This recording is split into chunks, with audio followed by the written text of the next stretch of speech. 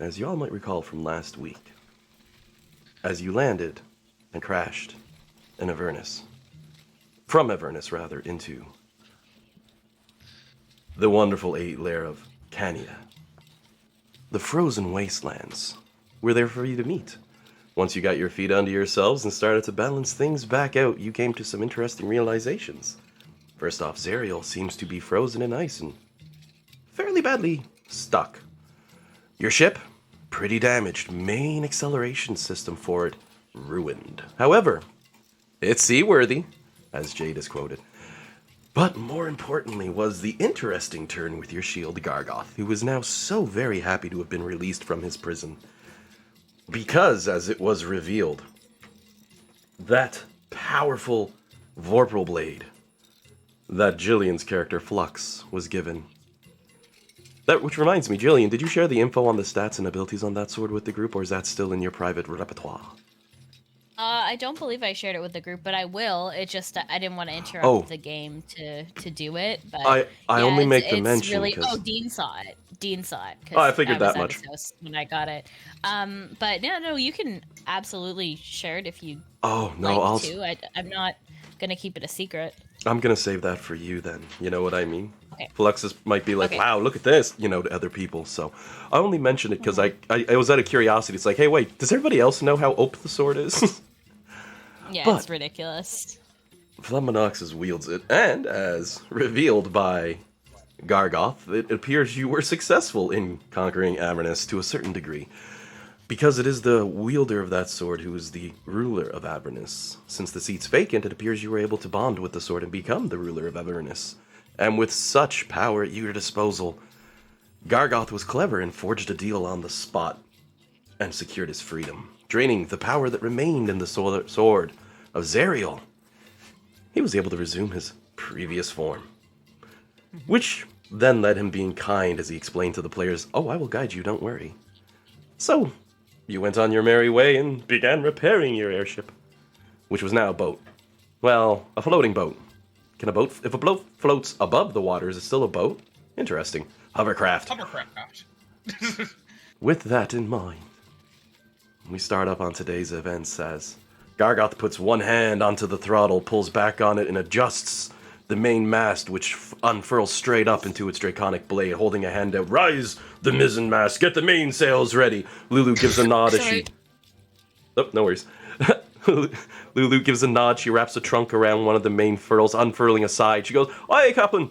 He gives a nod. He says, "Onto the port side. Make sure that we weigh anchor. Starboard bow. Clean the poop decks. Get to work." And you see the monodrone running by with a mop, and Duga right beside him, going as well with a nod. At this point, however, Gargoth takes a double take as he looks towards the party. And he walks over to the edge of the boat, has an elbow on it. The boat itself presently sitting on the shoreline, ready to be launched, as the group of you, or maybe a couple of you, finishing up, getting ready and getting things together, might be staring up at him. His eyebrows kind of go up and go, "Oh, hey, I see you're getting ready there." Lulu walks over, tugs on his legs. "Oh, we're done playing already?" He just smiles, rubs her head. "Yes, we're done." Hops down, walks towards the group of you, hands in pocket.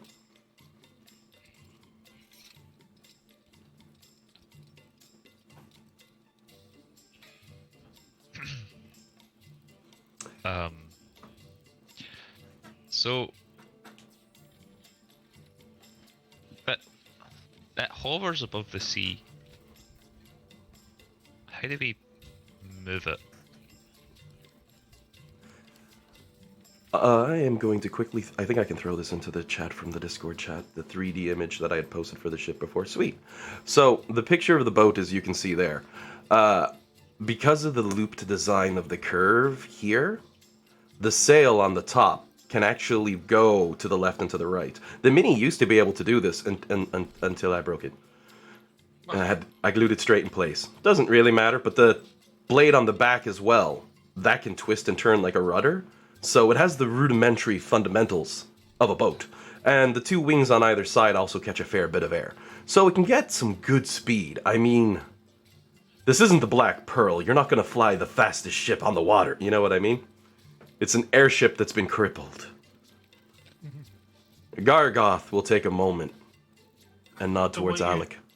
Oh, So sorry. what you're saying is it's the real Black Pearl. Because with all the holes in the sail, they couldn't move it. They got very frustrated with it. That's fair. That's actually pretty fair. But the sails, and I put quotation marks in air on this one, are in fact dragon wings that have been slightly mechanically modified to be reinforced and then enhanced with magic. In the air, they're wonderful. They can squeeze tightly together to get the membranes to hold or unfurl wide to catch a lot of air. So on the water, they're going to come in very handy. Tight. Which leads me to another fact as Gargoth is looking off towards the ocean. You are going to want to be very cautious as we progress out. You see the storm not too far from here, right? As he indicates with a finger pointing. He takes up, at this point, a stick, which almost appears from nowhere. You're surprised. Most likely Alec is surprised, in fact. There's no vegetation around, and he has a stick, just out of nowhere. He says, I love sticks. Love sticks. They're the best. He takes a moment and draws a very large circle. Says, so I will remind you how this plane works before we go. And then he draws another circle inside of it. We call them bands, or at least I do. I don't know what they call them here. I mean, it's been a while, and I was never overly welcome. And at this point, he's drawn about a dozen of these circles going in, until eventually, in actually amazing design and detail on the snow, he has drawn what appears to be, well, nearest thing to explain it would be as if you cut a tree off, all the rings going into the center, right? And he points at them as he goes, and says, due to the machinations, this plane no longer flows like standard water. Prior, it was a free-flowing entity, but now, and he points at the center of these. Aye, he says with a nod. He points dead middle and says, this is your target. This is where Mephisto makes his domain. We will make our way there. However, and then he points at each one of the rings, and you see they sort of illuminate somewhat, as any wizard standing by would be able to tell you. It just seems to be some form of prestidigitation, though considerably less required along the way of verbal somatic material components. He seems to just be able to affect the world around him in this regard, which probably doesn't come as any surprise. After all, he's powerful. The snow twists and turns. Each one of the rings that he has drawn, in fact, begins to spin separate of the others, and floats up somewhat, about a good 2 feet off the ground, creating floating, hovering rings, all retaining the same dish shape, but where some turn clockwise, others turn counterclockwise, and their speeds completely random. And he gives a nod as he points with his stick at each one. Now you see, then, how these belts work. He reaches down, picks up a handful of snow, rolls it between his hands, until the pieces tear up, making large, small, medium-sized chunks, and he throws them across all the spinning discs. They line up and fall perfectly into place, it seems, making large, small, other-worldly pieces all in the same go. Everyone is more than welcome to give me a quick perception check as he's doing this. But all the pieces land down and he starts pointing and he says, now you see how this would work. It is just like the world you're seeing out there, where the ocean twists and turns due to the machinations of the strange energies that have warped the very elements here. All of you except Isaac, oddly so far. Perception's not your game. Yeah. Oh, and Nimbar too. Yeah, our wizards. Not our wizards, but everybody else. Oof. Homunculus is kicking it up too. Geez, a nat 20 on that one. Basically what the majority of you notice, as you're looking down and looking up at through the blizzard and hail, the pieces that he's thrown down appear to match your local geography. So even though he seems to just be randomly throwing this out there, it appears to be an accurate map. And he continues, as he's explaining at this point, how different islands move at different speeds, how collisions happen, but how the ocean is very vast and very cold. Before giving a nod and saying, be very cautious when you cross from one band to another of the ocean. Everything changes. The weather patterns, the world, all of it will feel anew. But, and he points quite the distance off, up around the corner edge of one of the circles. We would be around here, and if I am correct, as these spins and turns, unlike the music that the DM did not put on repeat.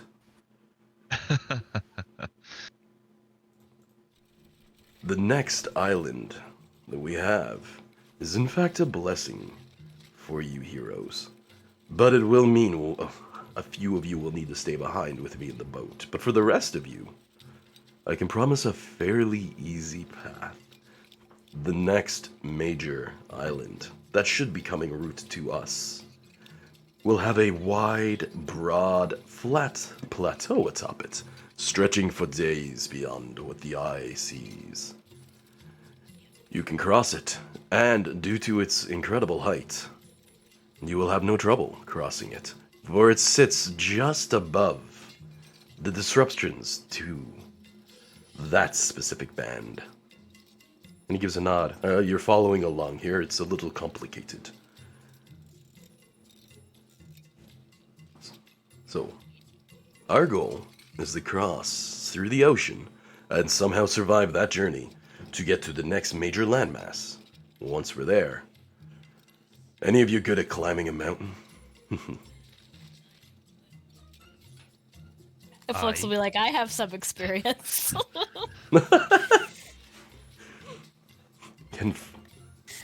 Well then, I would recommend dressing warm and dressing ready, because once we've moved out from this cold region we find ourselves seated in, it's going to be a bumpy, bumpy ride.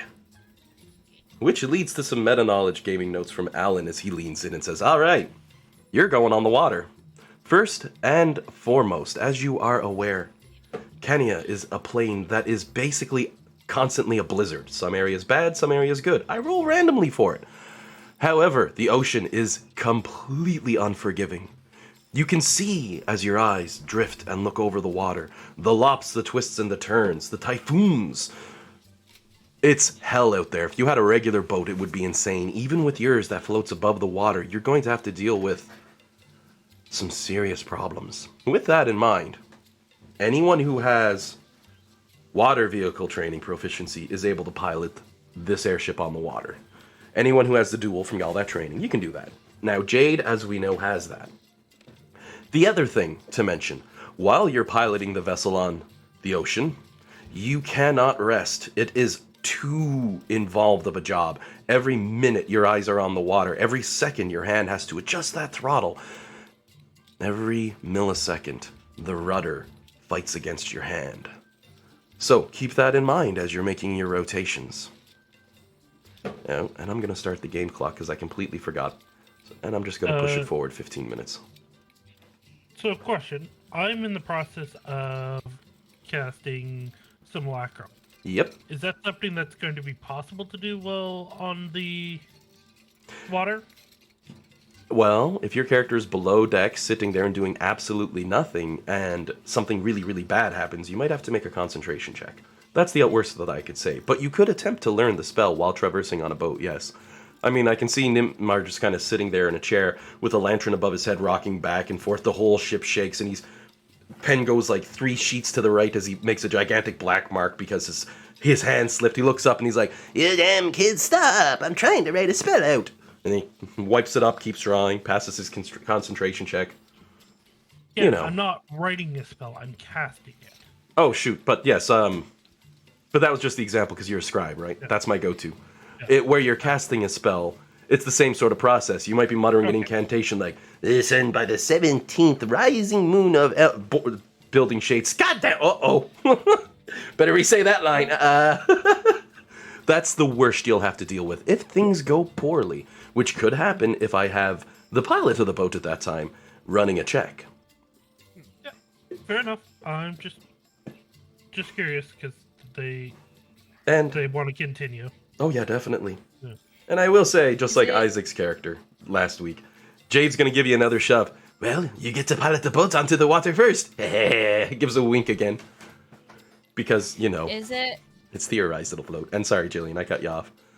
No, that's okay. I was just because of the lag, it's hard to tell when there's actually a pause or if it just like catching your breath. But the only thing I was gonna ask was that if you said you had a plan for Jade, so would the plan be that he drives the ship like the whole time, and then when we leave it, like he can stay on the boat and rest, so that he's not rolling with, exhausted The big plan right now. stats on? I kind of glossed over this with Gargoth, but he'll go on to mention that once you make it to this island, getting the boat across it is going to be nigh impossible, as it's a sheer cliff on the side. So he needs some people to stay with him, and he'll pilot the boat around the island with them. This is... Okay. You can see how I'm saying, like, Jade's going to stay on that boat because his player isn't here. Let's be honest. This is not a plan that would normally come up. But it's also... It's like the DM Deus Ex this a little bit, so we have a situation. But Gargoth that's your job. will also give you the positive point of view that Jade was speaking to him about an idea that'll actually make it so you can transport the boat across land as transporting it instead of riding it, So, in this scenario, if this ever came up again, they'll have a solution for it. Gargoth says it's crazy, but it might just work. Okay. Sorry, I didn't mean to get ahead of you there. Oh, jeez, by no means. Just trying to figure out. I did actually mean things to are mention, because Jade was going to be sticking behind for the next part. This also means, Right. while you're doing whatever the next part is, if Dan can play again, he'll just be like, oh, yeah, we ran into trouble, so I came back, Like, I'm trying to put him in a floating situation that we can get him at any second. So... Yeah.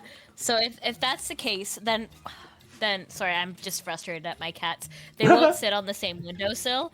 So like my cat Rue was like laying down and relaxing on the windowsill, and then Mackenzie jumped up on the windowsill, and then Rue ran away. And I'm like, you've been living together for 5 years. Why can't you share a windowsill? Anyway, sorry, that was what my grunt was about, not the game. I can see a cranky kitty with its arms crossed looking, "Mother hates us." I think that's the internet quote, right? The other cat's like, she does not, she feeds us. They're ridiculous. Anyway, so if that's the case, then Flex will trade off driving the boat with Jade, whatever works best for everyone, since Flex doesn't really have anything else to do. So you can get yourself drive the ship. Get yourself some nice R&R while things are going on and all that, right? That's the important part here for these things. So then, with the fun machinations of Gargoth out of the way, because he's a bit of a goof and I like it, but only because Lulu is uncorruptible. Even Gargoth, he'd say it, he'd lean down, rub a hand on her head. He's like, I like this little one, she's weird, and I can never do anything to corrupt her. That purity is so rare in existence. I can't help myself. Lulu, on the other hand, will just smile at him and say, oh, all right, I still can't trust you as far as I can throw you. Oh! And he nods and says, as you rightfully shouldn't, with a big smile on his face. But the antics of Lulu and Gargoth aren't your overall most important question at the moment, as you find yourselves with your boat ready to launch. Sorry. Jillian's like, theme music time! Perfect timing. I'm sorry. Inauguration I was looking at Instagram, and their ads are obnoxious. I'm sorry. Know. The only thing that would have made it better if it was like an anime theme song kicks in all of a sudden for that one. Because we only heard like the briefest little dun-dun-dun from it, and it was like, oh my god, perfect. It was actually Sweet Home Alabama. Oh, that works. Or one of those piano game things where you like play the notes on your Magic Piano. Something like that. I don't know. That stupid one that looks like Guitar Hero. Yeah, I've seen that ad. It won't go away. Yep. I know that. But I am giving a digression. The ocean. Oh, yeah, sorry. Just an update on the cat situation, if anyone's curious. Mackenzie scared Rue off the windowsill and then is now laying down on my bed. That's she adorable. didn't even want to sit on the windowsill. She was just being a little shithead. Unreal. It's called assert dominance. Yep. Rue's too nice. It seems that Mackenzie was successful. Don't root for Mackenzie. She's so annoying. I don't need to root for Mackenzie. She just won. You just told us she won. Sorry. Oh, just 1 second. I love my cats. I do. They Sandy, just... everything okay? Yeah, I'm drinking my own cheese and chives. Oh, I just realized, it's like, why would I? Sandy's. Sorry, Sandy was running outside. I thought something was up. She was just grabbing some chives. Okay. She was just excited. You know how it is. But if you see someone I moving also quickly, get excited when I get chives. yeah, it's just you see someone moving quickly, right? And you're like, "Oh, is everything okay?" Yeah. I'm getting chives. Oh, okay. This is not a fast-paced household. What's wrong? Yes, you are not wrong. Especially nowadays, things are slow. Oh, and don't mind the whistling of the birds. That's meant to make you think it's an ocean setting for. I just picked the one that's looked right. It's called Quiet Cove. You see it in your chat list anyway. It shows up there on the music side. I got lots of songs to play with. So then, who's going to have the honor of being behind the controls? Because Jade, even though he gave Isaac a poke, like, you will pilot it, we'll be fine, right? With a wink, he actually would take the moment and get behind the controls and be like, oh no, I can totally pilot this. That's no trouble. I just having fun, right? With a wink. Yeah, I mean, if Jade wants to drive the boat, I can give everyone a debrief about what the sword does, if you guys want that. So Flux will kind of before everyone, and she'll catch Nimbar up again afterwards, because she knows he's busy, but basically, I'll just explain that it's the Blade of Avernus. It And looks just and to functions cut as a in. Vorpal sword. Just as you're doing that, Jillian, I'm going to shift the map over to the ocean view.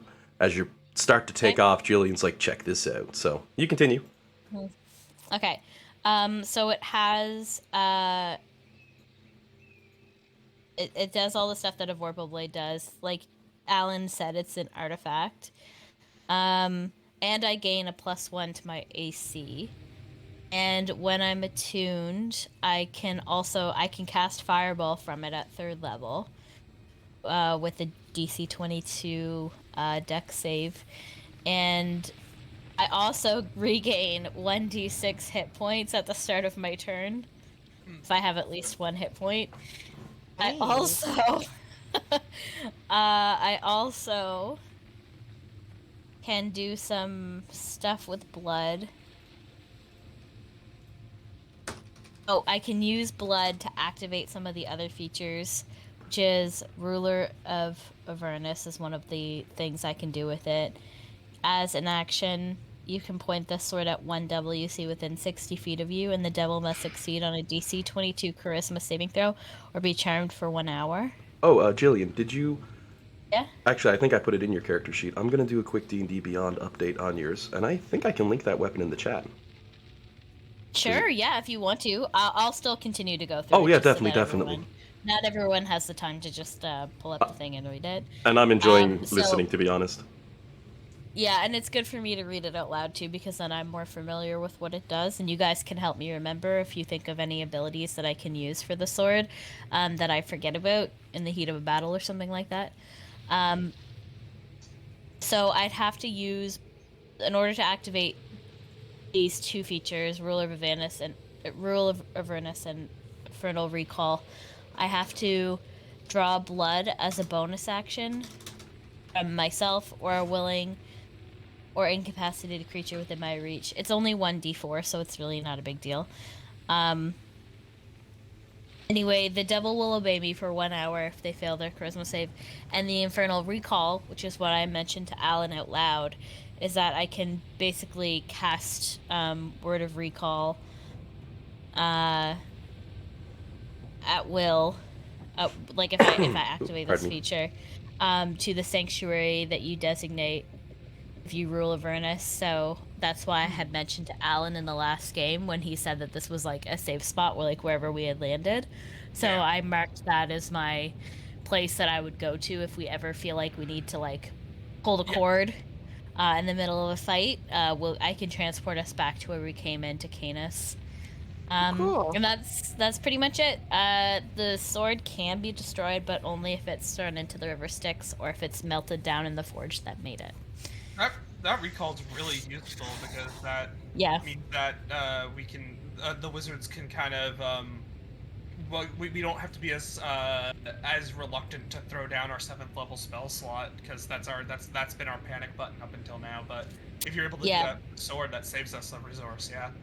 Yeah, exactly. And it doesn't even, because, like, I'm pretty sure that the spell word of recall, oh wait, no, I can cast a spell, so that means that I probably can't take everyone with me, because I'm pretty sure, if I remember correctly, you can only take, like, 3 or 4 additional creatures. 5. I'd have to read through it again. You have to It's take 5. 5. Yeah. Yeah, so theoretically I couldn't take everyone, Yeah. but if I needed to, like, say we're having, like, we just really need an emergency, maybe the wizards can do something and then I could take everyone else, or I don't know, but it's just there as an option. I know it doesn't fit everyone, so it would have to be a pretty dire situation, because I wouldn't leave anyone behind if I had any other choice. So yeah. I want to point out real quick. We were told teleport more or less will not work. Yes, there's that. Yeah. Right. So like Can confirm. the artifact grade magic may be able to circumvent it. However, for like Isaac and myself, like it doesn't make sense to even have it prepared because the risks involved are Right. greater than that. Yeah. Yeah, like I said, it would be a really dire situation if I were to do it. And I can't really see any circumstance where everyone is alive that Flux would actually do that. So, yeah, it would be a very specific thing, but anyway, it's there in case we need it. Yeah, for sure. I just like we were planning on the teleport backup. I wanted to make sure we knew that wasn't a thing we could do. Yeah. Yeah. That is a good point. Yeah. That's not me saying, "Oh no, we'll need it." It's me going, just remember, because I don't even have it prepared anymore because I was told it more or less useless. No. Oh, what is it? Since I'm not really capable of piloting anything, while we're in transit, just Alan, if I could just spend more time doing spell copying, I probably would. Just because having more of these spells in my book is useful for certain contingencies. Yeah, go right ahead. Same sort of restrictions, though. Just keep an eye on anything crazy that you do. You might have to roll concentration checks. Just keep me posted. If you're just prepping, though, I mean, so long as you can rest, that's the thing. Yeah. And there seems to be a problem with the D&D Beyond importer. I just tried to, wow, that's some broken stuff. I'm trying to do an update on Flux here, and oof. Just catching on fire. It doesn't seem to be pulling correctly, and it doesn't seem to be saving correctly, and I'm not 100% sure why. But it just deleted her character's basic info, so give me a second here.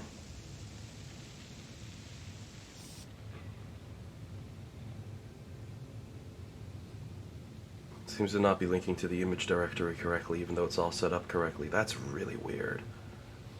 I have to fix that myself, but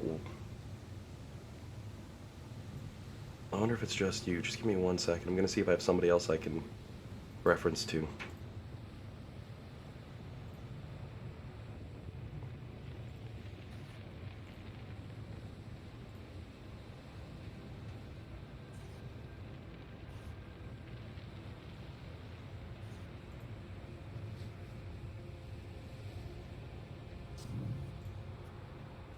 Yeah, that is a little messed up. Actually, I was just counting the party. I could take everyone in the party, but any of our companions or anything like that. Like I said, it would have to be a really dire situation, but Yeah. I could get the 5-player characters out. Because it's me and 5 characters. It's not 5 including me. So thankfully that that fits everyone. Yeah. So The problem is my character wouldn't let that happen. My character yeah, wouldn't like my yeah. character is like, no, I've lived the longest. You guys are all kids. You guys like so like Lulu, for instance, would go before him. yeah. uh, Yeah, that's not counting any of our NPCs, so that's why I said it would be a very dire Yeah. situation. yeah, no, absolutely. I just had to point that out because that's Consistent. Surely we would all band together in dire straits. Nope. No, nobody likes dire straits. The band. Okay, well I'll just. Maybe it was just a bad joke, dude. Dean. Just go to your corner. I'm always in my corner. Usually I'm just crying with a bottle of whiskey.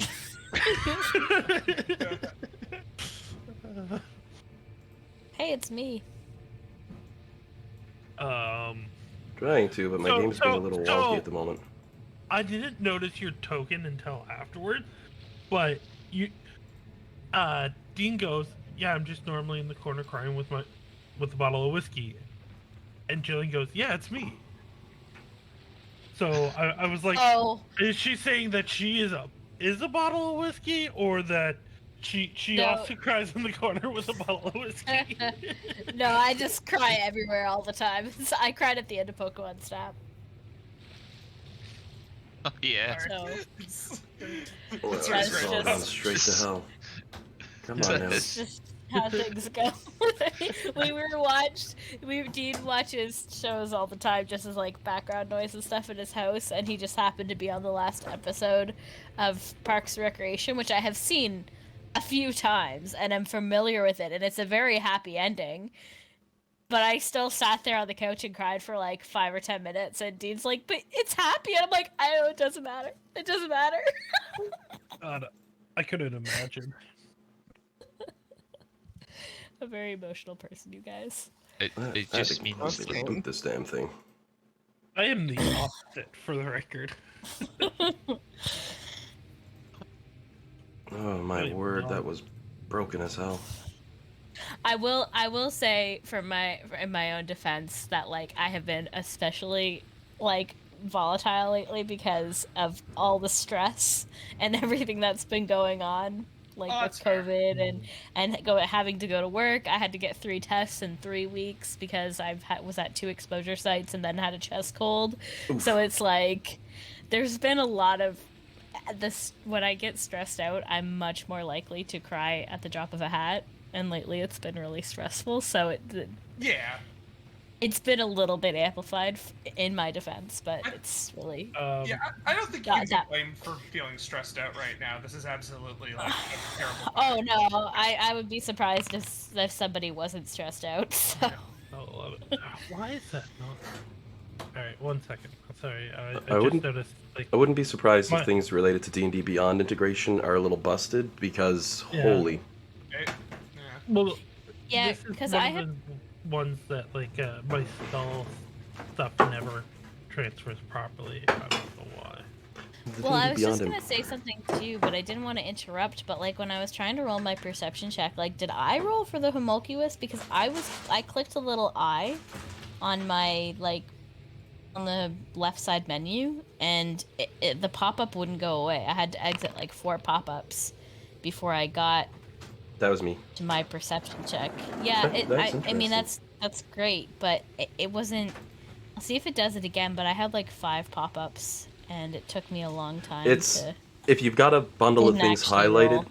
That's one I use sometimes for group perception checks, but a few of these mods I'm finding are glitching out as we're getting Yeah, closer to the 0.8 release. Yeah, it worked this time, but before, I don't know what was going on. Maybe I was highlighted with a bunch of characters, but Because if I had Um, like Bellamy and Alec down and I highlight all 3 and I click that, it'll give it to me for Yeah. each one, and I can do it like that Yeah. one at a time, and it's a pain, but it works great for me when I'm looking at monsters. yeah, But players get to see it too, so don't mind me though. yeah. You all And I should think be able that's- to view this scene. I think that's why the homunculus came up, because I think I could only roll the stats for characters I have access to, and I'm gonna guess that everyone has access to the homunculus. Yep. All of your NPCs, with the exception of Gargoth, you all have control and ownership over. Though I am going Yeah. to go ahead, since we're talking at the boat. We'll put an actual NPC on the boat so we have him. Standing there looking like bloody Gene Simmons.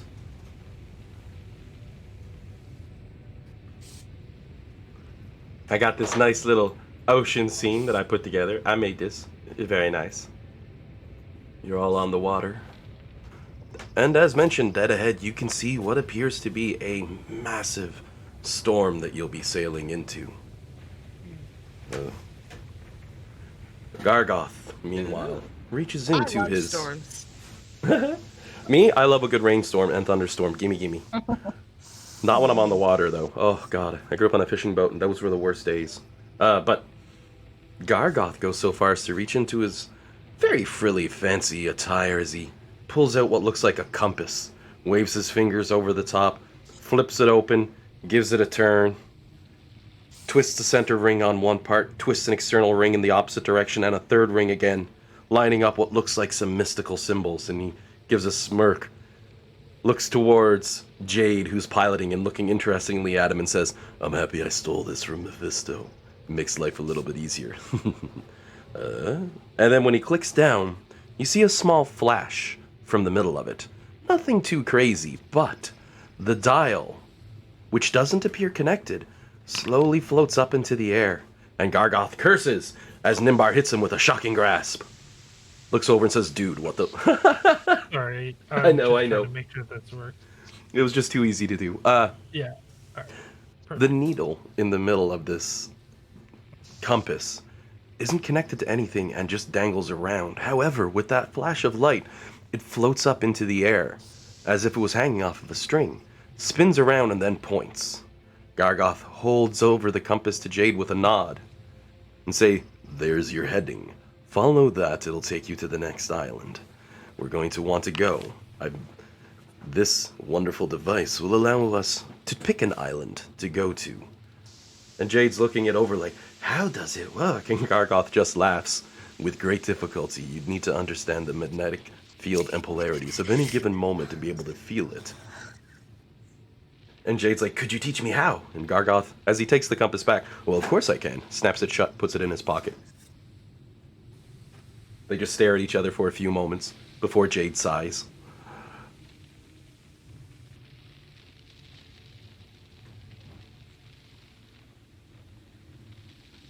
But with that, I'm going to need everyone to give me a perception check. I'm excluded. Can I take one of the highest ones that we just? Oh no! Just- Oh no!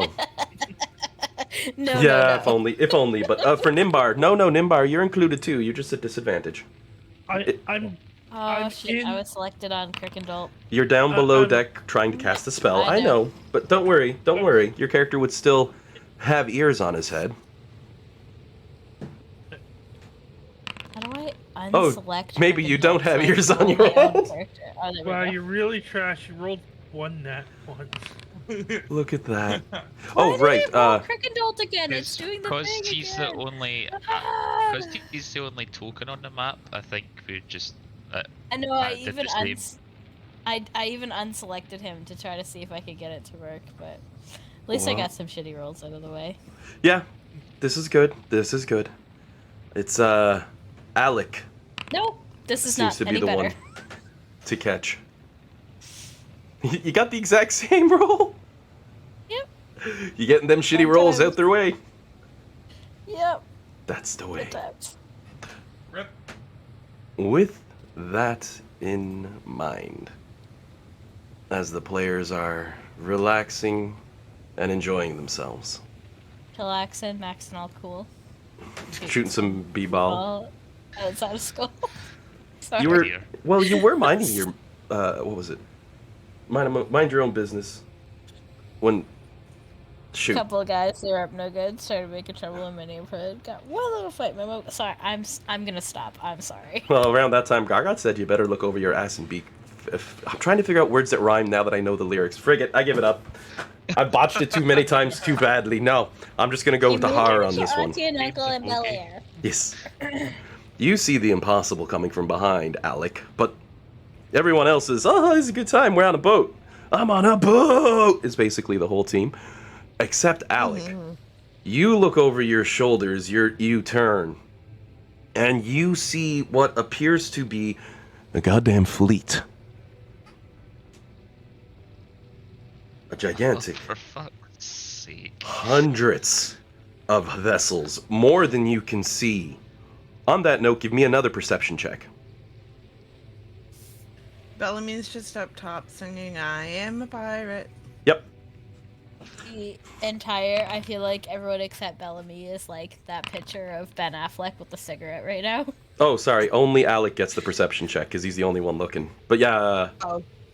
Bellamy's basically up there. Do what you want because a pirate is free. And everybody else singing along with her. You are a pirate. Except Alec, who's like, well, I like piratism and it's a good song, but I'ma just listen. And he listens. And it's what he hears that caused him to turn to see the oncoming fleet. But what probably drives Alec's eyes isn't the fact that this fleet is so vast and so huge, but the fact that they're coming right out the woodwork. The icebergs do not seem to impede them, nor does the land, as they seem to be coming out of it. They are very close to you, in fact. I mean, still hundreds upon hundreds of feet away. But they're gaining on your very small, slow-moving, seaworthy vessel. Which, by the way, floats along with the water with just the smallest edge of your bottom belly skimming. The rudder itself catching the water, leaving a small trail behind. What does Alec do? Probably what I just said was swear loudly, and then start shouting at everyone to look.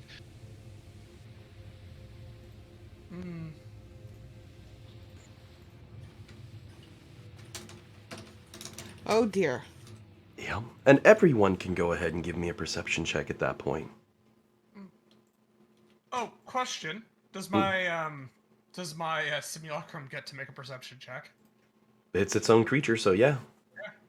So I'll just hit normal roll twice on this once. First for me, and I'm gonna roll really badly. Second for. Are these ships on the water, or are they floating like us? Or hovering like us, I should say.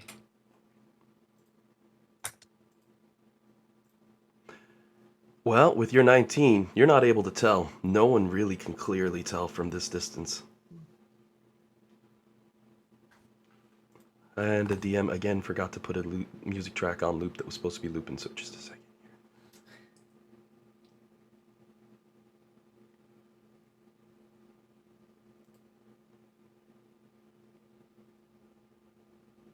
Ah, there it is.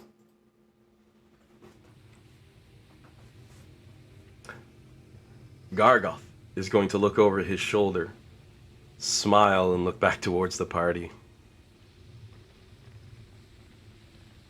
Alec, meanwhile, as he's looking, wondering, are they hovering? Are they floating? That's the only thing that makes sense. But they're not hovering like your ships. You can see the bow of their vessels cusping the waves, hitting the edge of the water. But what you don't see is the water moving.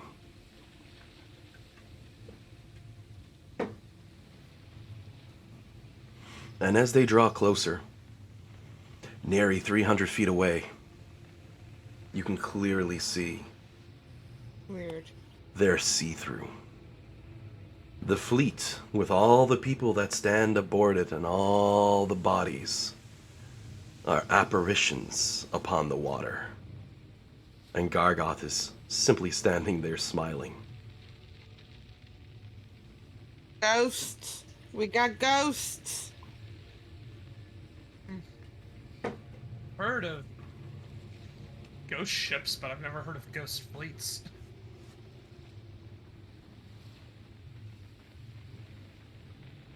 So, if they're going to be on top of you in a couple turns, what does the party do? It's a good question, isn't it? I mean, I'm stuck casting a spell, so Yeah. So, look, does their boats look as though they're?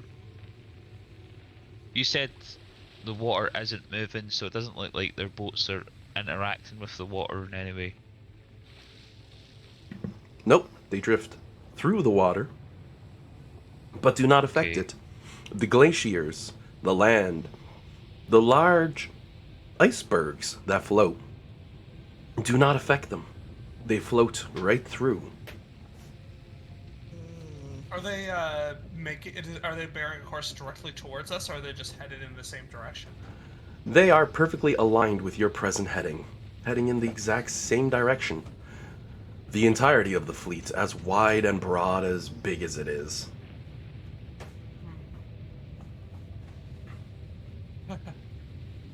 Well, do we fight or do we see what they're going to do?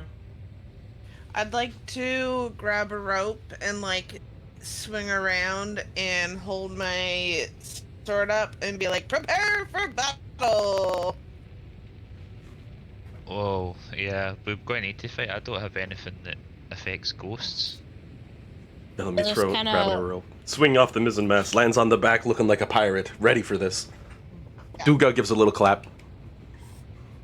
I'll just kind of look at Probably my sword appreciates and it. just kind of look at my sword and be like, "Do you think this will help us at all?" You mentioned think- it affects devils, right? Yeah. If these are ghosts undead, it probably wouldn't have enough particular effect. And Yeah. Lulu nods in agreement. Yeah. Oh, yeah, this isn't Avernus, this is how's it pronounced? Cania? Canada? What? This is Cania. I don't know if your mighty sword's gonna work down here on them, Lulu says with a nod. Right. Yeah, I could part the sea, but they're not using the sea, so they'll just float on through. I wonder, Maybe they'll leave us alone. has anything left us alone yet? No. I mean, I appreciate the optimistic thoughts. I just Gargoth chuckles at the thought. You see he's sitting on the rail of the boat and he's pulled out what looks like a spell tome that he's flipping through. It's not quite a spell tome, just a book, but you know. So just in case something goes wrong, I'll cast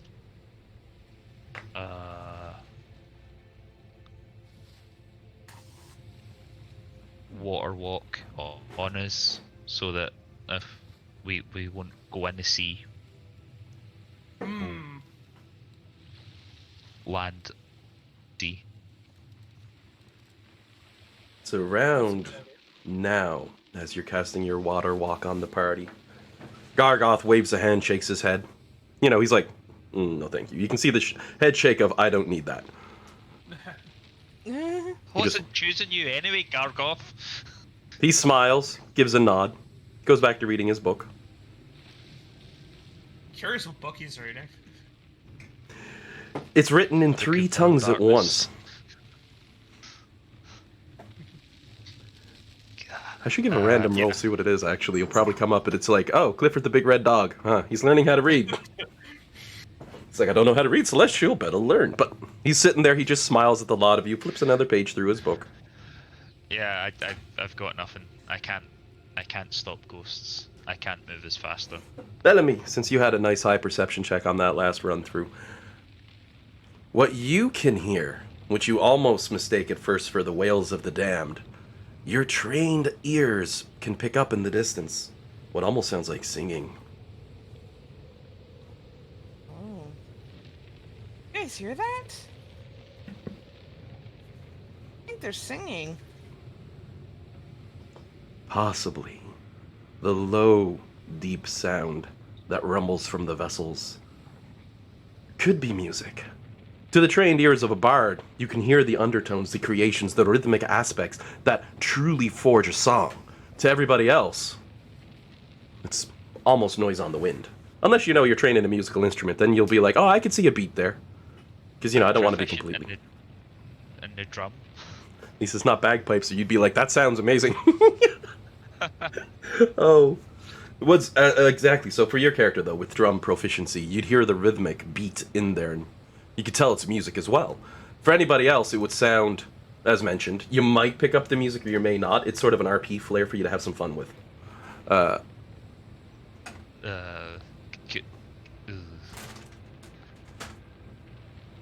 Maybe if we match the beat and rhythm, they will pass on by.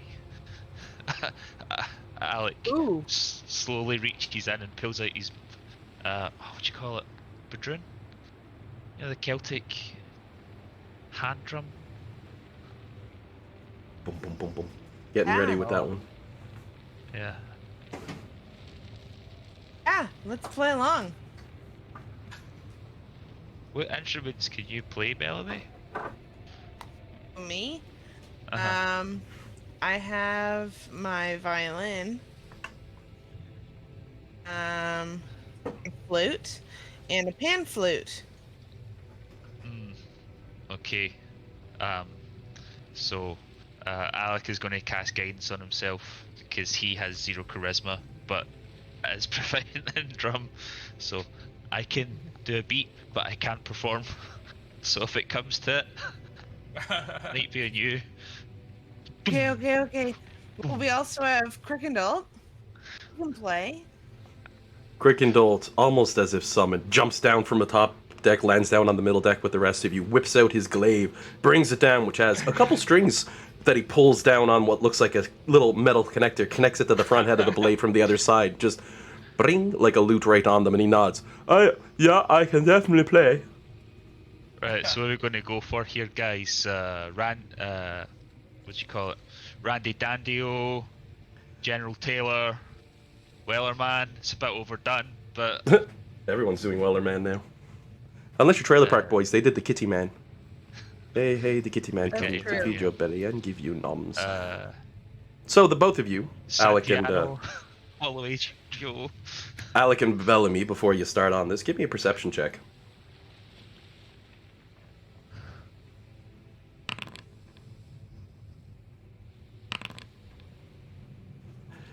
Alec, you get that brief moment where you look up and Gargoth looks up from his book at you, shakes his head and brings a finger up to his lips with a shh look, and then looks back down at his book and flips a page.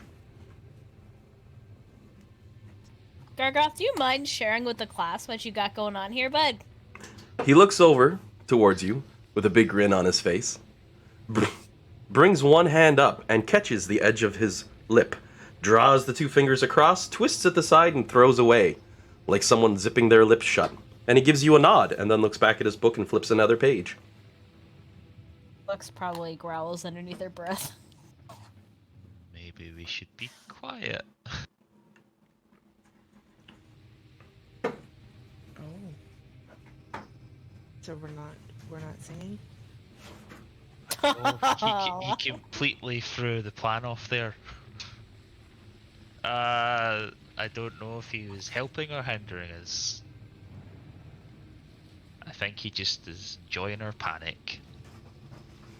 You see his eyes partially close, and he rubs between his own eyes as you see he's holding in laughter for a moment, before he shakes his head, regains his composure, flips to another page.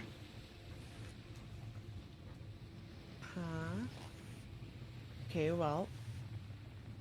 Why don't we just get ready to go, but we'd be quiet until we're... Okay.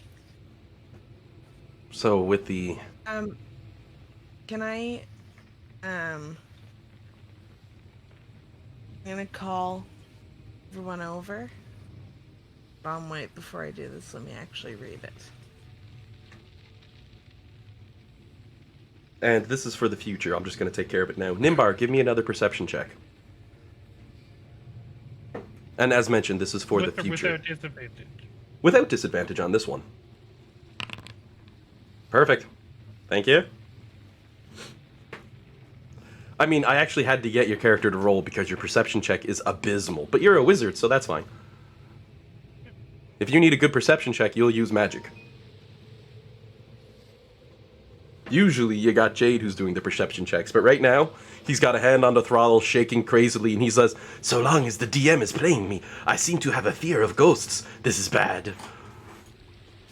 Looks up towards the stars, which he can't see because there's too many clouds, and he's inside of a realm that doesn't have them anyway. Dan, you must return soon for me, my friend." Do I get the sense that we're going to be attacked? It's hard to tell. You can look back at the fleet that's coming at you, and I'll say at this point, you have one action left. You could do an insight check to try to determine if they're chasing your boat, or if they're just piloting. My passive insight is 20. Bellamy just rubs her jaw. Well, they're not coming after us. We'll just leave that up to the passive insight. Love it. Okay. Right. They are too well coordinated and too well aligned in their direction. If they were coming on you, there would be a different formation for sure. They try to box you in. As of right now, you almost feel like you're leading them, if it wasn't for the fact that they are moments from overtaking you. The ratted sails, with their holes torn in them and hull broken apart on many of the ship. Most of these vessels don't look like they could be seaworthy. The ghosts, possibly, of vessels that have long since sunk. Anyone else have any final acts up their sleeve before the fleet overtakes you? I'm just gonna follow Gargoth's lead and hope he doesn't fuck us and be really quiet. Yeah. Hold my sword very tightly.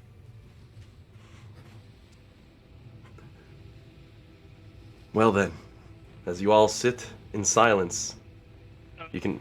Did you have any silence effect? What? Oh, and just before we get to that, just as a question, Nimbar, you're the only character under deck, right? I am, yeah. All right. Sorry to backseat game a little bit, but There it is. pass without a trace. Like if we're trying to be quiet. Does anyone have that? I mean, I could cast it. Affects creatures, so I don't know if it would mask the ship. I feel like hiding a ship in the middle of an ocean is a... Yeah, but the big thing is we want to be like we clearly all seem to be under agreement. We want to be silent as possible. Seems like the best bet. Why don't we all just like lay down on the deck? Well, I'll Maybe cast it's just like a ghost ship. passive without a trace. Yeah. Like by all means, you don't have to. I'm just suggesting it. Oh no, well I forgot about it because I only cast it when we're going to roll stealth. Because it gives it plus 10. Yeah, it has other effects too. Fair enough. I don't look beyond raw numbers. Yeah, Nothing ever works. yeah. Sorry to backseat game, but I do look beyond numbers.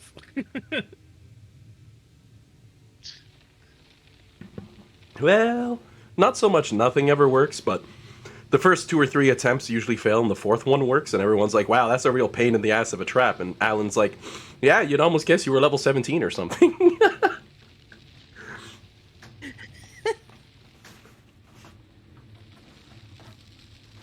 I call it the fighter theory. It's going to take you more than one whack to hit the enemy, to kill the enemy at this point, right?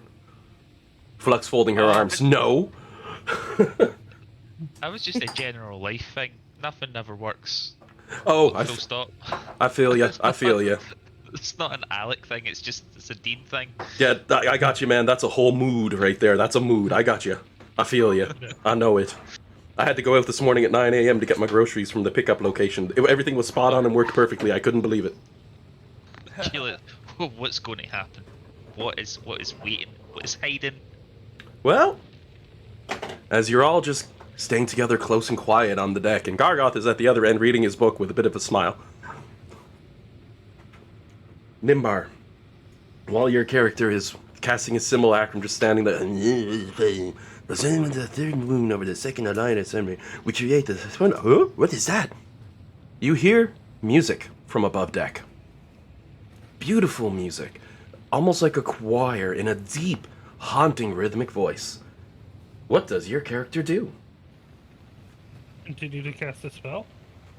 You say, frig that, I don't like music. I know it sounds like an entire choir, but I'm good here. And you continue to cast the spell.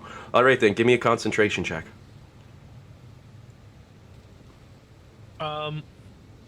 Now, I have a question. Yep. I can I tell have you what's advantage- happening for once instead, but... I have an advantage on concentrations to maintain my spell. Yep. But I'm casting a spell. Would I still have advantage? Because of what you're about to see, I'm going to say no, because I'd probably give you disadvantage. As Nimbar is sitting at the bottom of his deck, he looks up as he's casting his spell, and he... Oh, geez, you're fine. You know what Nimbar sees coming towards him is the bow of a ship, inside your ship. Like a literal wall flying straight at him. You hold your composure and senses as it washes over you.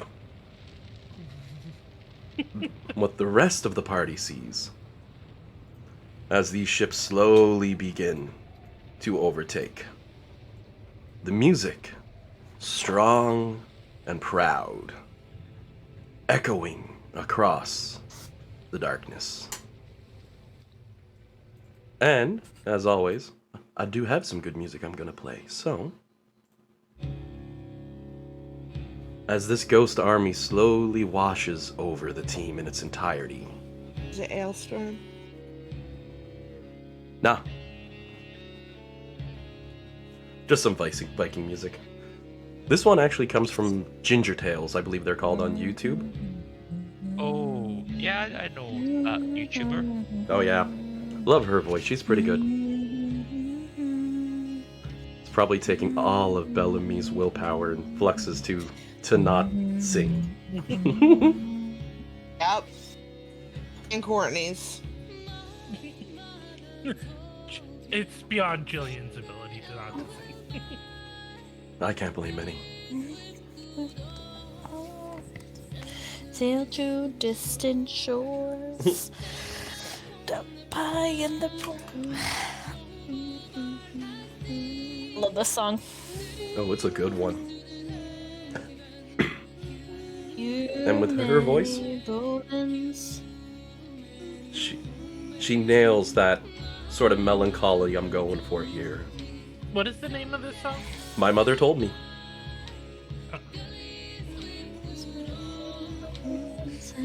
Sail to distant shores. As the boats continue on, the fleet carries through, and you can see the spirits on the ships turning, watching you as they move by, some holding hands out towards you, others leaning in. Once in the blue, you can hear, however, among the people on the ship, a soft wailing. 3, 33, 33. Repeated ad infinitum. 3, 33, 33. Like a soft, cold wail against the snow and blizzard that begins to rise up against you.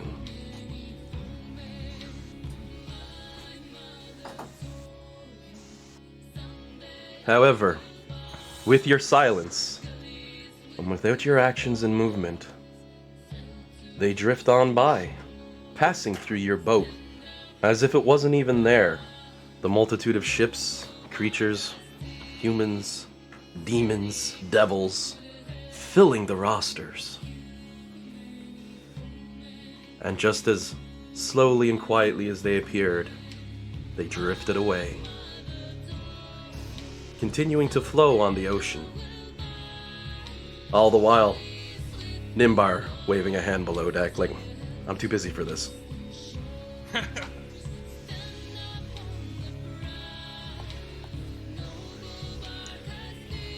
It isn't until they're a distance away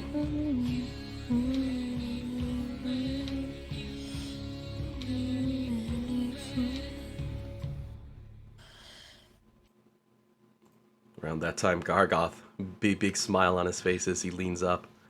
Always wonder to hear the lost souls as they wail their chant, making their way across the ocean unmoving.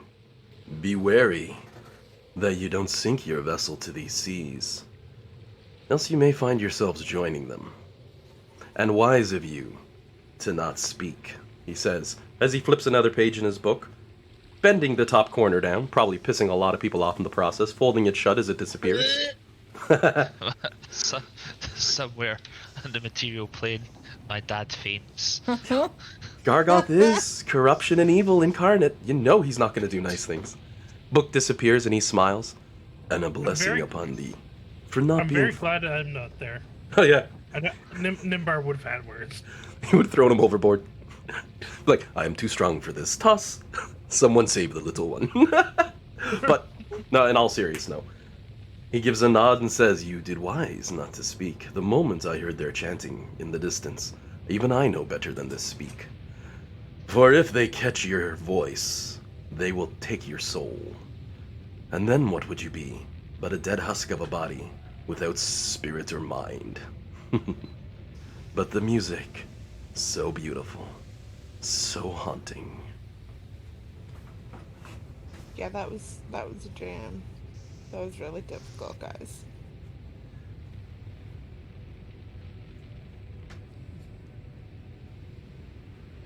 He gives a bit of a nod. Never got to experience up close myself. Lulu, meanwhile, you can see slight tears in her eyes as her head lowers down. I've never seen so much pain on so many souls in one spot. And of course, Gargoth smiles and nods. Well, yes, because this is where all who die on the sea, and who do not get to pass to greener pastures, this is where many of them go. To join the lost fleet.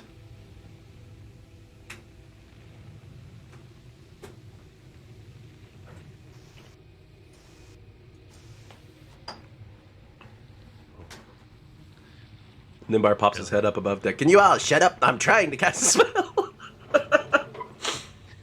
I'm sorry, I get my jokes out of that one. He's probably just under deck like, I don't know what happened, but the boat's still in one shape, and I'm going to keep building. He probably barely noticed the rest of them. Probably.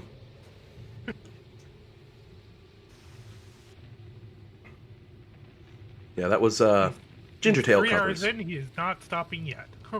Nope. The journey across the ocean towards the great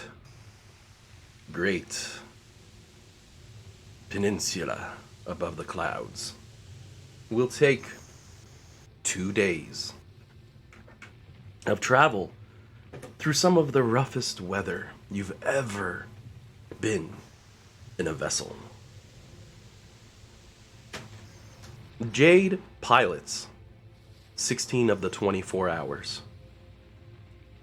His keen eyes and reflective dexterity allowing him to dodge oncoming rocks, glaciers, and once in the blue you even find derelict vessels, though your interest may be to search them. At a glance you can quickly tell it would be folly as there's nothing there.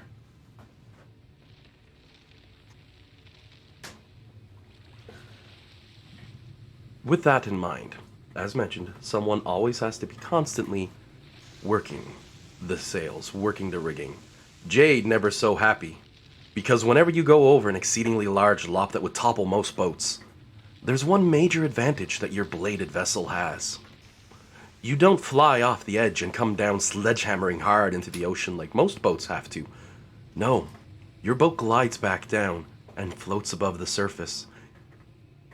It's like anti-skip on a CD player, I suppose. But even that's probably showing my age. Somebody listening in like, what the hell's a CD player? You know, a Discman? Little Sony Walkman DJ buddy? The old school systems? Oh, yeah. So with that, with the exception of, actually with, did I say it was a 2-day journey? I believe I meant to say it was 2 days. I might have said 1 by accident. You said 2. Perfect. Oh, thank God. I often just say 1 day because it comes out quickly, but it's a 2-day journey, a full 48 hours. During that journey, it's fairly uneventful as far as any other occurrences. Gargoth spends much of his time reading through a book, simply adjusting the heading with Jade every once in the blue, who is busy cursing his head off every time he has a hand on the rudder or one steering.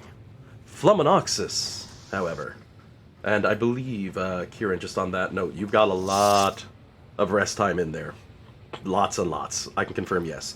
So for all of you, like, that's another 32 hours of downtime, I believe. 40 hours of downtime, give or take. Jeez. 40 hours? Okay. Because it'd be the 8 hour, the initials for the resting. Well, 48 hours is 2 days. I suppose no one's doing anything, but you lose 16 hours off that for the long rest. You get 2 days worth of rest time to do with as you wish. With the exception of Fluminoxus and Jade and whoever else is willing to pilot. Jade, who doesn't have much downtime activity, is going to pilot the ship 16 of the 24 hours and basically say, I'm stressed and tired, I'm sleeping for the last 8 hours. It's going to be up to the party how you split those 8 hour shift up. That one there. It won't disturb you from taking a long rest. I can help pilot the ship as well. I can also, before long rests, use stuff like control weather and control water to calm things down a little to make it easier. They give you the ability to sort of chart an immediate path, but it's like putting a stick in a bathtub and pulling it to make a straight line. It'll be there while you're going, so yes, it does give you some control. And sorry, Jillian, you were about to say something? No, it's okay. I was just saying it was fine with me. Like, I would have taken over sooner if Jade had given any indication that he was starting to get too tired and whatnot, so. His is literally, I need 6 hours sleep and 2 hours of drinking, and nods. Yeah, I think control weather has a radius of 5 miles, so it creates a decent spot.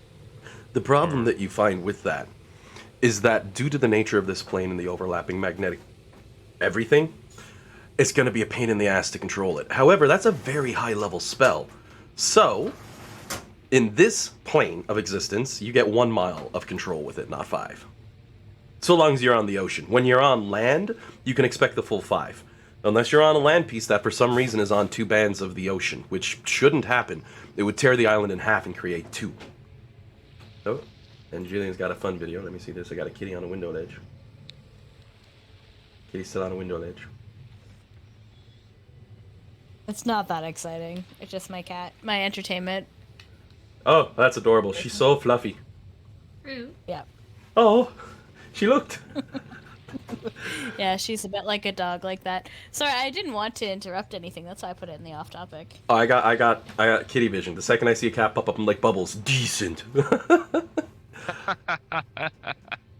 It's like if I showed up a picture of a puppy, John would be freaking out too, so. Freaking out There's works. What you're talking about? There's a whole family of starlings that live in the roof next door. She's always watching them. That is awesome. I mean, it's good, but there shouldn't be starlings on the roof next door. Feel bad for my neighbors, but anyway.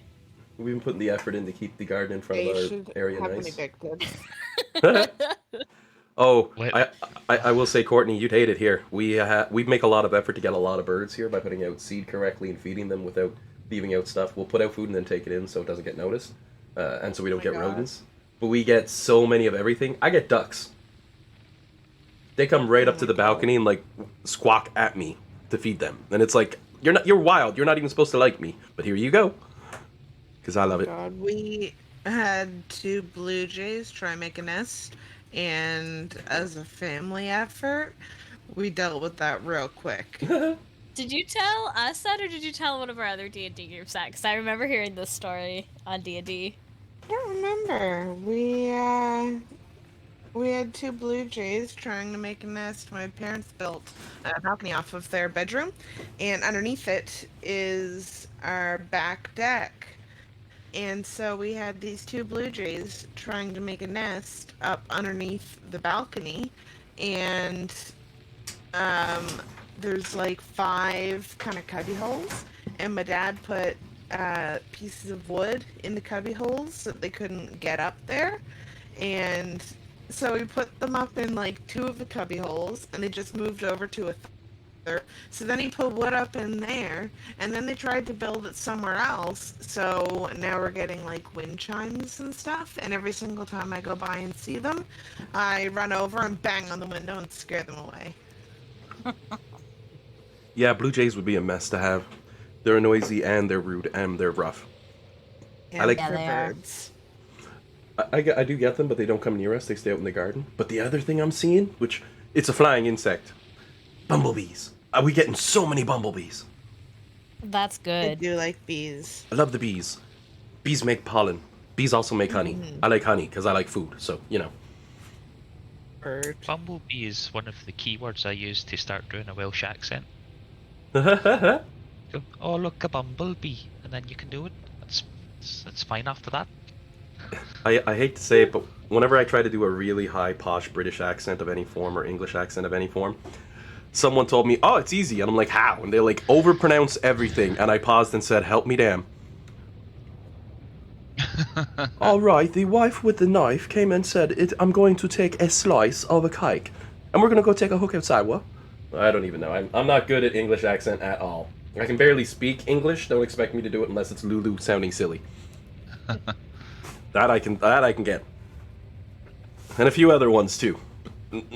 For the most part, I'm good with tones. They're like, here, put this accent on, Alan. It's like, okay, why do they sound like somebody from Cape Breton? Well, you wanted a French accent, but you said Cape Breton. I'm going off now. So then, you all get 2 days worth of rest, and it's a rough trip nonetheless. The boat shakes a lot. Anyone who suffers from seasickness might have had a bout, But if there's anything you wanted to do of rest, you definitely have the time, as the boat goes across the ocean. Jade makes for a wonderful pilot, since unfortunately the player's not here, so his character kind of goes on autopilot. You see he's thinking about all the things as he's watching the snowfall and the ocean. Goes, it is nice, it is helping me ponder the universe and its questions for a moment. Maybe it's not all about doing backstabs and stealing everything. He rubs his chin. But then I look at my gold and I say, that's a foolish thought. He goes into these sort of thoughts as he's on his boat. The question. A herbalism kit. Does that let you make potions? I don't really have much I can do in downtime. Aster's been making a bunch of potions. The potion table might be in our Strahd chat if you want to see if you can find it. Because it'll give me something to do. I can just make like healing potions. Yeah, I think it's like 8 hours for a regular healing potion and like 7 days for a greater. If I remember correctly from the table that I use for Aster. Yeah. Xanthar's Guide to Everything has a good jump on it.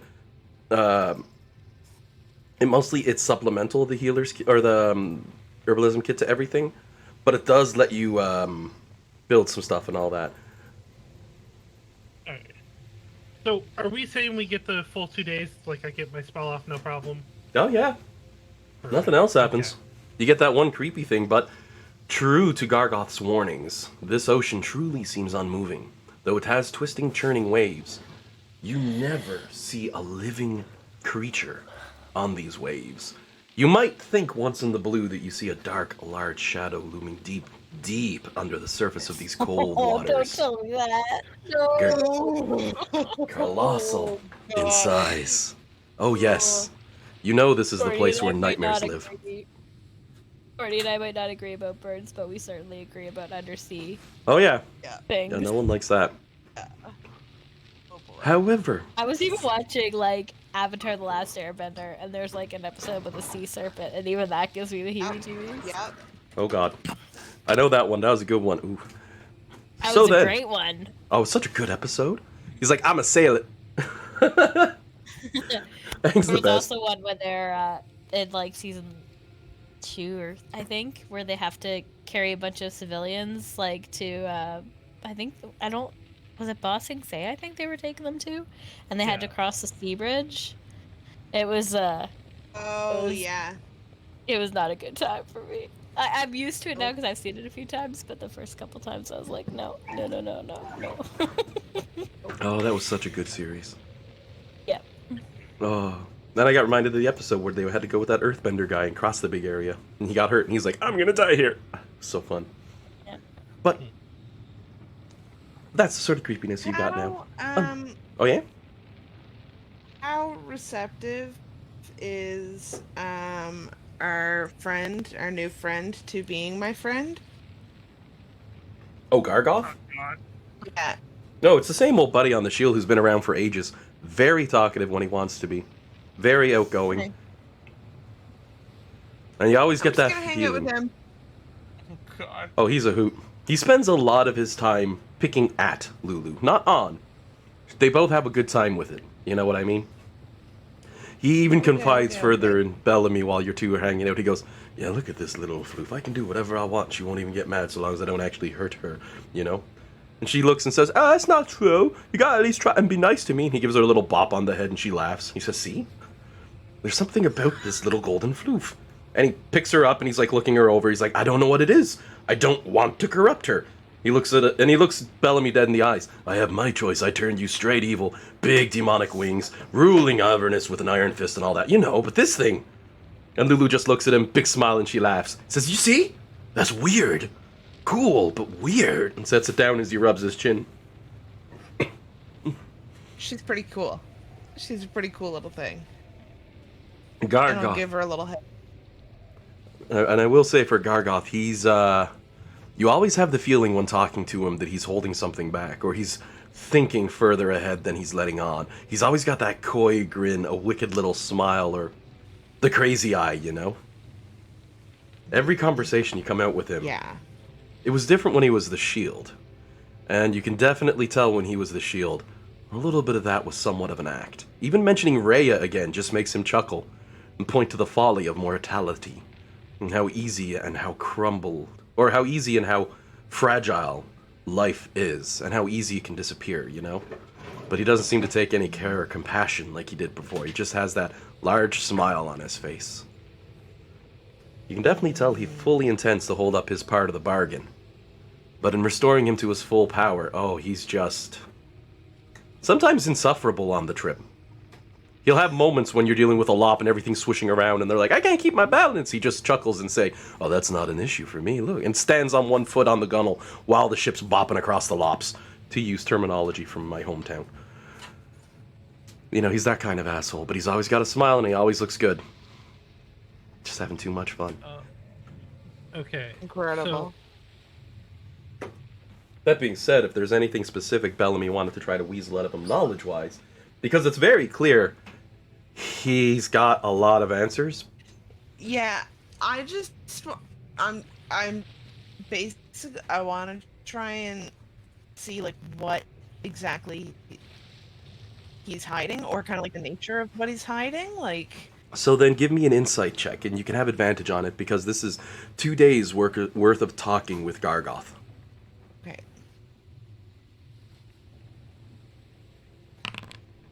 Alright, now give me a persuasion check. Okay. Bellamy's like cracking her knuckles. I got these skills. This is what I do. Just a normal roll for persuasion? I think it's just your charisma. Unless there's like the chatty one. I might have mislabeled. Just 1 second here. What I mean is, like, I don't have advantage on it. Oh, yes. I thought you meant like without skill. I'm like, you have that super, don't you? Oh yeah, my persuasion is ridiculous, and I can't roll below a 10. So, it's on near the end of the second day, where you walk over to Gargoth and you've got a bottle and you've poured out 2 glasses of red, and you're like, my drinking buddy! And he's like, ah yes, as he takes a glass, a bit of a smell, such a lovely fragrance, as he takes a sip. Whether or not Bellamy does is up to your character. As you know, you take a sip, you have to roll a check or chug the whole glass, right? Any touch of it, anything that's addictive on this stage, your character can't hold back, so to speak. There's always a check to see. A wisdom's basically save. But Gargoth doesn't seem to suffer that as he takes the drink, and he's like, oh, such a wonderful good year in a reserve. And it's during this where you get your insight check, as you realize during this last conversation, over the last few days, putting it all together, that Gargoth is holding information back. And you get that moment where you're leaning back, you've got an elbow on the bar, you get the perfect instance where you're like, so So what's the bigger game plan? And he slips. And he smiles and he goes, oh, of course, I'm not going to say what my plans are for all of you. That's no fun. And then he pauses, looks towards Bellamy and smiles, as if I had plans. I mean, I'm just your guide, right? Shit. Waves a finger at her. You're clever. Too clever. That's good. Oh, that's really good. You can tell as well, and Flux is on a quick be right back. You can tell as well as you pull that fact out of him that he does have a plan that he needs you for. He immediately realizes that you slipped it out of him, that you got that info, and he smiles and he's impressed. He goes, oh, maybe perhaps my corruption is spreading. Very clever indeed, he says with a nod and a smile. And then pats you on the shoulder and says, I am so impressed. I will grant you my favor. And nods. He blesses you. Just the first level enchantment. The time that it lasts is infinite until used. Oh. So, just for a reminder, whenever a target makes an attack roll or a saving throw, before the spell ends, the target can roll d4 and add the number rolled to the attack roll or savings throw. Right. For Gargoth's version, it's a d6. Buddy.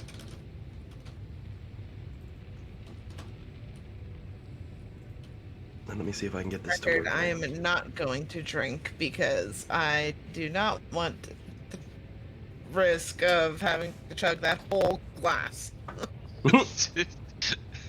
Just sitting there with a smile like, yeah, this is good, this is good. You don't think it would be cool to see how the vomit freezes when it hits the water? I'm more concerned if we get attacked and I'm too drunk to stand up. A good chunk of the That'll be party's cool. time, I will say, is probably spent below deck with the exception of a couple of you.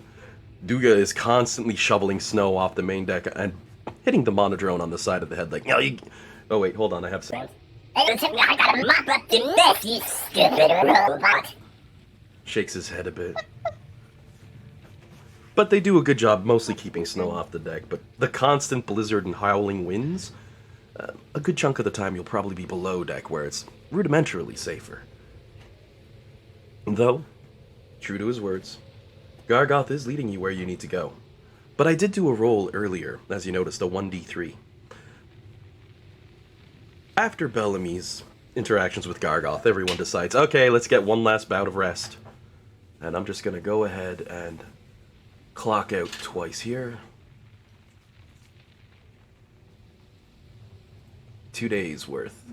And we're going to put it forward to 8:15 a.m. the 17th of Marpanoth. Is that the right month? I think it is. We've gone a far away. It's like a month ago you started this. In-game, anyway. I love that game clock. It's so handy. Love it so much. 3:33. So, After, just real quick, after, I talk with, Gargoth, I'm gonna go to Nimbar and just be like, I think he has a plan for us. And I don't know what it is yet. I'm gonna try and weasel it out of him. That dude is bad news. Yeah, yes, it seems, he's not one to allow goodness to remain. I would be careful, and it does not surprise me that he has a plan. Yeah. I well, just to be able to keep an eye on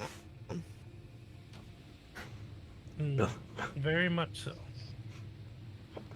Bellamy hedging future bets, it would seem, in very cautious and safe ways. Probably smart moves. Probably smart moves for sure.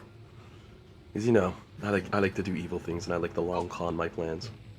I wanted to clarify, we had gotten 2 short rests, or 2 long rests during that time, right? Oh yeah, it's been 48 hours for the trip. Yeah. Slightly Just longer for the- or less than that, but you know, I'm rounding. For the purpose of just the charges on my staff as well, just Oh, recharging, yeah. I realized I should roll that a couple times. Double charged. Just like what the bank did to me Yeah. the other day at the Walmart. So mad. I'm just trying to think. Do we want to make a wish? The answer is no. I don't think I do. All right, my staff's up to full then because I rolled a 17 on the first one, and it's impossible for me to roll not enough to then fill the staff for the second one. So, the first day of this trip, I'll say, for Alec. Kamashag spent almost the entire trip sitting on your shoulder. Every now and again, he'd leave and refill his coffee with something warm, you know? Whether it's a hot chocolate, a coffee, a tea. And he just mostly spent his time sitting there, staring off into space, eyes a little wide, somewhat shocked from his encounters. The second day, he was a little more receptive, like, oh, hey, boss, yeah. Man, this weather sucks. You're His the imp. best, buddy. His imp's hands clutching onto his mug, enjoying the warmth. Meanwhile, Sir Junior is just hopping back and forth as an owl as he watches Nimbar. Unfortunately, now Nimbar, the only person Sir Junior can talk to again, he goes, "It is so good, it is just you and he." Nimbar's like, "Uh-huh. I've been wanting to talk to you about some of the things we've been working on." "Oh, yeah, really, buddy," as he's crafting the haste of his simulacrum.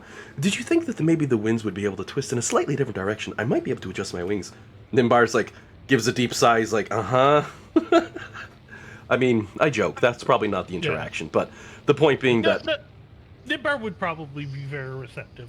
Exactly. They're longtime friends. Like, they'd be having a chat like, "Oh, it is you and I again, sir." And it's like, "As it was meant to be." Or some shit. I'm just having myself a little point of comedy Now- before I shift all right, gears. Now I have a theoretical question for you. Yep. I have Nimbar and I have Nimbar clone. Yep. Does Nimbar clone also talk to Sir Junior? He didn't summon Sir Junior, so the connection's not there. Alright, But fair. that's my assumption. Can you give that a Google? I don't think that's really anyone's ever made. Oh, just search Yeah. simulacrum and familiars. You're gonna find a boost. Give it a check to see. If not, I'll give a look at sometime and make a decision on it. We'll say as of right now, your simulacrum is like, "I'm still attuning to the magics of the world," or some shit. You know, right? Like, Yeah.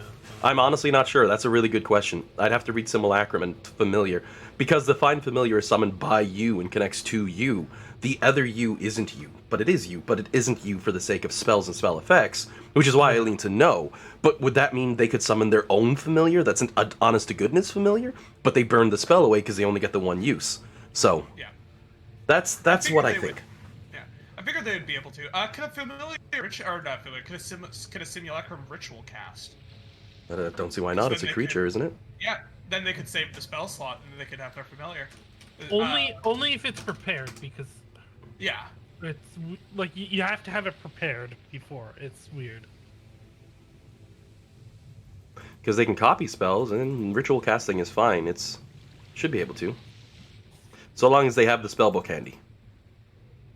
It's one thing to have it prepared, but you don't even need it prepared for some of the wizard spells, right? You just have to have the spellbook to cast it as a ritual. Yeah. Yeah. So keep that in mind that Nimbar Clone can cast any ritual spell. Same for Isaac Clone. Yeah. All right. Yeah. Actually, so during my 20 hours of downtime, I'm going to mostly finish the copying of Reality Break. In fact, I'm going to take an extra half hour even after we land to finish it. And then Nimbar can spend his, I think it was 20 hours writing spells. Like spell scrolls. That's a. Oh god, you can double rate spell scroll. As your character is working on that, Duga comes by down below deck and nods while he sets a very large set of tomes and files and etc. with a nod. 873 995. Could not find the rest are here. Yes. Duga nods as he walks away. Having rearranged and helped resort your stuff after the ship crashed and everything was thrown off. As you flip through, you realize the missing entries that he's made references to was a wonderful form of meat pie that you discerned of magical nature using a form of a mimic. Unfortunately, it's a sad thing to lose, but fortunately, it's more or less just like losing a cooking recipe. Disappointing, but you still have all your spells. Do you mind if we take our break soon? Sorry. Oh, it's coming up. I'm just trying to get to a point with Jillian's character so we can. 12 o'clock. But I was just waiting on the long rest to see what everybody was doing before we start the last part. Yeah. Any other add-ons before we step up? I had basically just spent copying spells. Oh, yeah. I've already made the changes and recorded them in my notebook too. So with that, Jillian, because I rolled a 1 much, much, much long ago, that means your character was the one piloting. When this part happens, the storm breaks. Oh dear. There's no blizzard. It even looks almost bright. You can't see any sky, nothing but clouds and storms far in the distance. But as your eyes scan across, you have an unobstructed, beautiful view of the plain.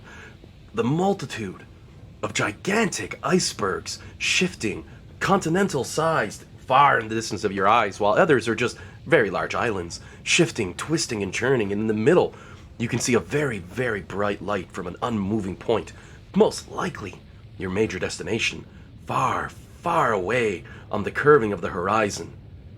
But you don't get long to think on it, however, as a ham firmly grasps your character's shoulder. You turn to your side and Gargoth is looking at you. He nods his head once and says, "Cover your ears, Flummonoxes," and he does the same. I will do so. Everybody below deck, give me a con save.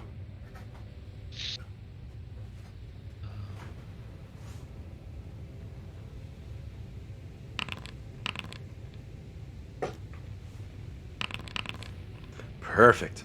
We'll find out what happens when we return from our little break. Okay. Alrighty, everyone. We'll be back in about 15 minutes, about quarter after 12. We'll start up again. Oh, does Lulu have to roll one? She'll need one too, yeah. Oh no, she was on deck with you, right? Oh, okay, sure. Or wait, no, she'd be below deck because it's cold and shitty. Yeah, she's gonna have to roll 1 too. Oh, We she can- could be with me. I like the company. Okie dokie. We'll do a roll for it and see which ones are up. But we'll get. Flux will make sure that she goes and covers Lulu's ears. Flux will cover her. Flux just like squats down, puts both of her knees on either side of Lulu's heads on her ears. Lulu's like, "Oh," while Flux is covering her own. Snatch her off from below decks and just covers her ears. What's going on? Shh. Everyone below deck like, "What? Huh?" We will find out after the break. And as mentioned, I hard mute now, so while I'm on break, I'll actually use the soft mute, so you'll see my icon muted, so y'all know I'm not here.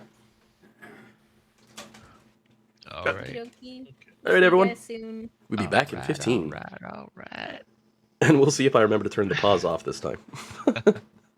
Probably not.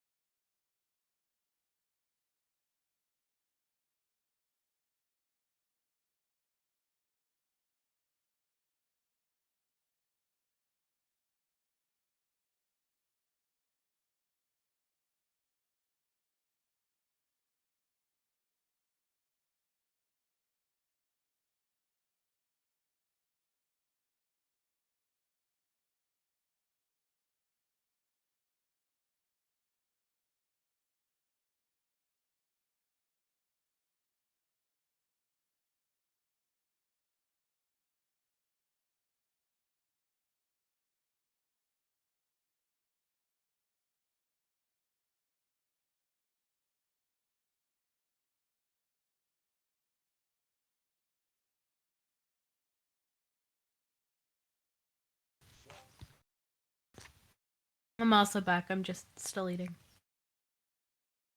Welcome back.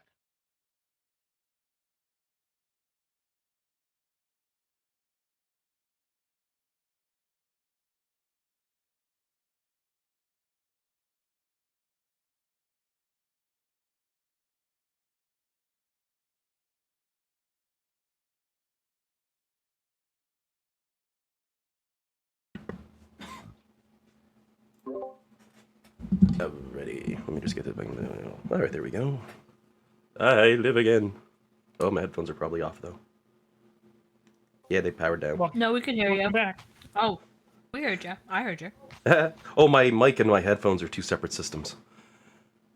But my headphones are my. Oh, okay. Oh, 1 second. Hey, What, Sandy? I know. Sorry, I'm back.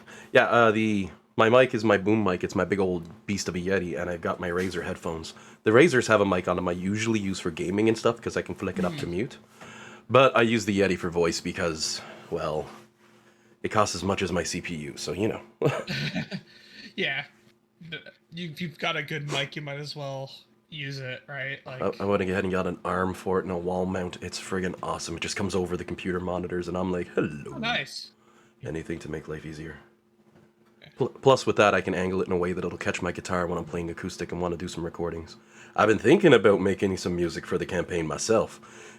But, I mean, finding the time. Like, you're going to see today's recording and it's like, oh, he's prepping the next map on lunch break. Asshole. I have the map after that prepped, which took considerably more effort, but we'll get to that. And I'm assuming we're all back. Everyone's not on mute, so... Yeah, I think so. It's like the only advantage to if we ever used video, it'd be like, I see everyone is seated at their computers again. Unless it was like, poor John Barrymore or something. It's like, put your pants back on. Damn it. The poor guy. What an idiot. And he's like, I'm going to do some silly stuff. And the whole world's like, oh man, don't be a child. I feel bad. Because, man, bad scenario for everybody all around for everything. Because then other people is like, oh no. But that's neither here I nor know there. what you're talking about. Do you know Doctor Who and Torchwood and those shows? Yeah, I'm familiar. You know John Barrymore, who plays Captain Jack Harkness? Is it Barrowman? Barrowman. Oops, shoot. Yep, sorry. I can't picture him, but the name's familiar. Captain Jack. He's always smiling. He was on the same time the dude from Spike from Buffy the Vampire Slayer was on there. Jason. He's the time agent. He's a bit of a goofball, a bit of a silly guy, and by the sounds of things, he basically exposed himself like a ridiculous child a couple times on set, or maybe more than a couple times, to the point that David Tennant made a joke about it in stand-up comedy a few years ago. But yeah, because he was being a total goofball. I mean, even everybody who was involved with the show was like, we don't know why he did it. It was really weird, but he was being a goofball, flashing himself. So that's come back to bite him, and he's been removed from some Doctor Who stuff that's coming out now. And that was back in 2008. But the bigger issue is apparently the guy who played Mickey the Idiot. He's not the greatest, but I don't know. Anything that I could say in regard to these things would just be hearsay, would be perpetuating rumors or possible truths, and I don't want to get involved in it because I honestly don't know enough about anything that's going on. It just popped up in my news feed, and I was like, oh, people gotta stop being so silly. You know, it's funny, Chris Pratt did that on the set of Parks and Recreation in like season 1 or 2. Oh god. They put it in the blooper reels. They didn't even like try to to pretend like it didn't happen. The other flip is that would actually kind of protect him too, because it's like, oh, you gotta expose yourself, you're on TV. He's like, it's fine. well, they used... It was trying to get reaction for appear naked. Yeah. So he actually just went full naked, but he didn't tell anyone. So they ended up using the recording for the episodes. I love it. But That's so silly. He did get he said he got a letter from HR saying don't ever do that again. Yeah. No. Yeah, that makes sense. You can tell Amy Poehler looks like, at first she thought it was funny, and then she looks like a little bit pissed, but like still has a good sense of humor about it.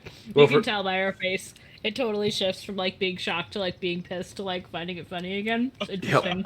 Most of us probably would have that response.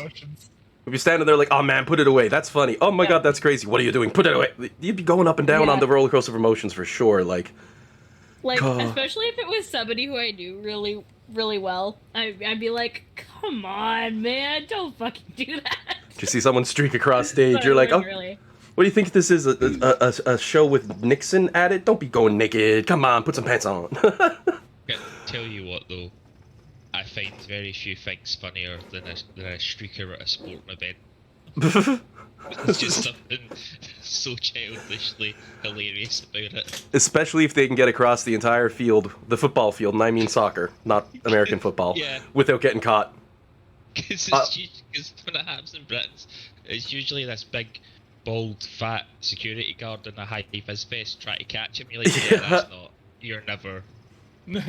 I'm gonna agree with you. I've seen that a few times on TV, and every time I'm laughing my ass off. Like, go guy, go! They're gonna get you when you make it to the wall and try to get away. But go guy, go! And the camera's just high enough that it's at his stomach and up, and you're watching this guy in the aisle who has the camera, and it's his job to follow. And it's like, I don't know how you got it such a good view without messing it up as you're following him, but you deserve a medal, buddy. Whoever has that camera, she or he has the skills of it. God. Or, just automatic censoring to blur it out. I don't know. Yeah. Technology is getting crazy now. Oh. So you're all probably wondering why I made you roll con saves. Yeah. With the exception of the copy of Nimbar, you've all failed. You all take... Even I have to roll for my simulacrum too. Sorry. Sorry, Alec does pass with his 23. Right. He's fine. Okay. Thank God. Yeah, you all fail except for Alec, and automatically passes are those above deck who've covered their ears. The sounds of what almost sounds like trumpets tearing through the air, explosive bass line filling, tears across with such intensity that the very ocean shakes and rocks the boat to the side. All those of you who failed, as mentioned, take 12 points of damage, sonic damage, from your hearing, as the reverb carries through. Alec, meanwhile, cleaning out an ear, gives a nod like, I've been to a few Metallica concerts, it's good. The copy of Nimbar. Eventually your ears will just fill with fluid and it'll be fine. Yep. Everybody else is, for the next minute, deafened. Anyone who failed the check, not only do you take 12 damage, you are deafened as you hear the ringing in your ears incessantly. Gargoth gives a smile as he nods to Fluminoxus and goes, well, you see, that's some loud stuff there, eh? I recognize that one. It's I don't know what the experiment is, but it's one of his, so you know. Thankfully you were quick and listened, or you'd be deafened right now. Well, thanks, I guess. He gives a bit of a nod and chuckles. I don't know what came over me, though. Normally, I'd be laughing as I'd watch you deafened for a minute or two. I must be honest. Seeing you recoil in horror as your hearing temporarily disappeared would have been quite the enrapturing sight, but for some reason, I immediately told you to cover your ears. He gives a shake of his head and taps his old shield. Did Flux end up equipping that? No, I never had it. Okay. It's basic. It is required. At this point, it's just a shield with a +2 bonus, no attunement required. With the special capacity, they can speak with Gargoth. I mean, you haven't casted Identify, so it might be cursed. He might have done something sneaky. I'm not going to rule those things out. It's D&D. I don't give all the answers. I say how the situation is. But you have a shield that doesn't require attunement that's a +4 shield. He would take the moment to tap. +4? You mean +2? It gives +4 to your AC. 2 for the shield and 2 for the 2 bonus, right? Right. I was gonna say something about that. I was gonna kind of give Gargoth the side eye and be like, must be Lulu's influence. And I'll release Lulu from my thigh lock because I just realized that if I was covering my ears, I wouldn't have been able to cover Lulu. So exactly. I'll just say that I put Lulu in, like, I grabbed her with my thighs and squished her little ears. Actually, I even said your character crouches down, shoves her knees against Lulu's ears because you can't hold both of them. Oh, did you? Yeah, so that's perfect. Sorry. So that is perfect. Exactly as planned. Look at that. Gargoth will give a chuckle and nod. He'll say, probably. I'd hate to see her deafened. I don't know what would happen. She might blast that horn of hers at me. Those stars sting, you know. Actually, you wouldn't know. You're not evil. But they sting, believe me. Every single time I was in that shield and in range when she went... Ow. I feel like I played Lulu for a period of this puzzle thing. I feel like as if I'm almost responsible for inflicting some of that damage myself. And you see he shoots a side glare at Flux. You don't say. However, I will say, as Jade's coming up and he's rubbing out one of his ears and he goes, "Whatever that sound was, it was quite impressive. Almost hurt my hearing. Fortunately, I was asleep and passed automatically." And he's looking at down below deck as the rest of you... Now, you notice I haven't focused on the below deck crew at this point. Because, I don't know, maybe poor Duga's rolling on the floor back and forth, hands over his ears, just going on about something like... The time that Moxie had a rock concert. No, my ears, no, it's like nothing, no. You know, just rolling back and forth. The monodrone has its one eye tightly closed. Homunculus has turned to a puddle. It's a good... Imagine that. Oh, sorry. Yeah, I actually did do permanent damage to the homunculi, which was a bit unfortunate. Oh, poor little homunculus. He's all hurt. Oh, not homunculi, sorry, my brain was thinking of the simulacrums. It actually did permanent damage to them. Oh, those two, yeah. Speak for yourself. Mine Did yours passed. pass? Oh, yours passed? He- Okay. He's like the only thing below deck that passed, watching everyone, even regular Nimbar, writhing in pain, and Snow Nimbar is like cleaning out an ear like, "Oh, hey, buddy, that one looks like it must hurt. Fortunately, it would appear as though my snow ears have a greater consistency to the sound than yours." And other Nimbar looks at Nimbar and just yells, "What?" Which causes Snow Nimbar to just laugh, because, honestly, what else can he do? He's like, "Glad it's not me, even though it is me. Do you get it?" As he elbows the little Duga, who just looks at him, repeats the same thing. But back on top of deck, there is good news for Flummonoxus as she pilots your ship forward. Because, true to his words, you can now see a gigantic iceberg in front of you, not far off. In fact, you could dock. And there, the top of it sheared so flat and large and long, and it appears that no storm touches it, but the blizzard that rages around. Quite tricky. He'd give a nod as he points towards the sheer cliff and smiles. "There you are. That is your path. We can pull the ship alongside, and then I'd recommend that you start climbing. I'll take a few... Jade said he'll be coming." Jade gives a nod. I did, but you all know why." With a nod. "And we're going to make our way around, and you all can cross top ways. This way, at least one of us will survive, right?" And he gives a wink. How long will it take to go around? "Oh, not nearly as long as it's going to take you to go across. Come on now, I have a boat, you have feet. Well," he pauses as he looks back, "you do have those magical capacities, building skills, etc., that may very well allow you to traverse the distance much quicker than I would anticipate. Though, I would anticipate that I will race you there." Sorry, how long do we think this journey will take? For him to get around is going to take a day or about, give or take, taking their time and being careful. You all, I don't know, 3 days, 5 days, a week? It's hard to tell how long this large iceberg is. Sorry to try and... because I think I missed this. Why do we need to cross this by land if we're also taking the boat around it? I'm throwing the boat around there with him on it as one way to get through it, and the top of the plateau, he's promised, is damn near flawless for weather. You can cross for 5 or 7 days from one side to the other without any trouble. Unfortunately, the boat can't. So he says, "I'm going to go around this place," as a really, really inconvenient Mary Sue method to get Dan's character out of the game for right now, so he can come back at any given moment. No.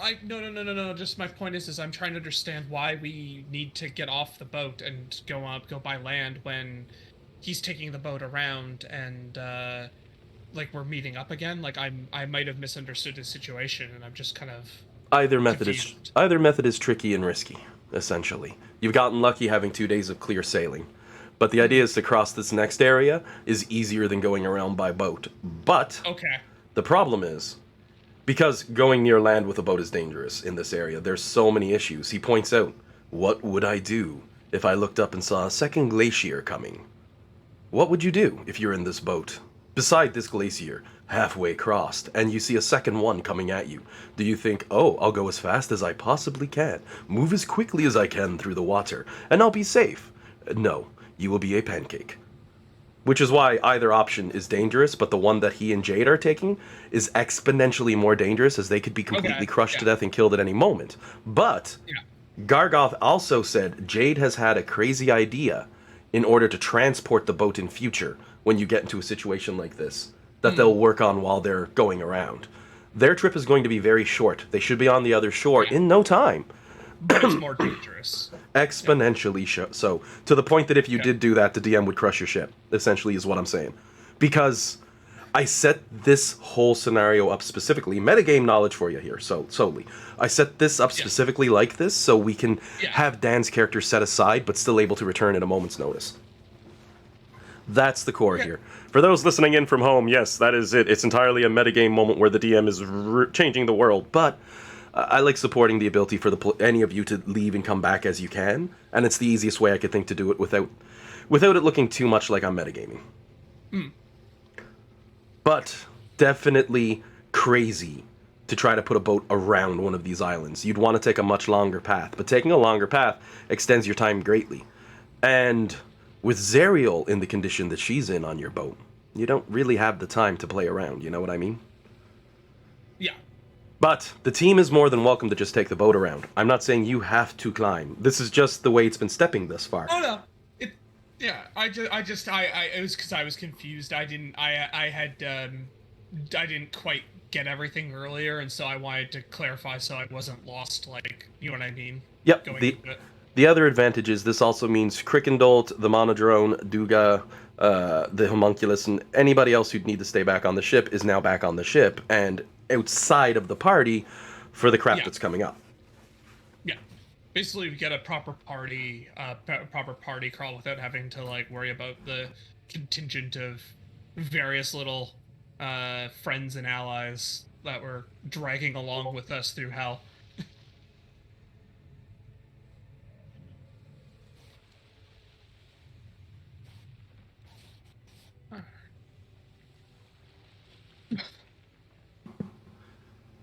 So, before anything the party's doing, before you disembark to climb?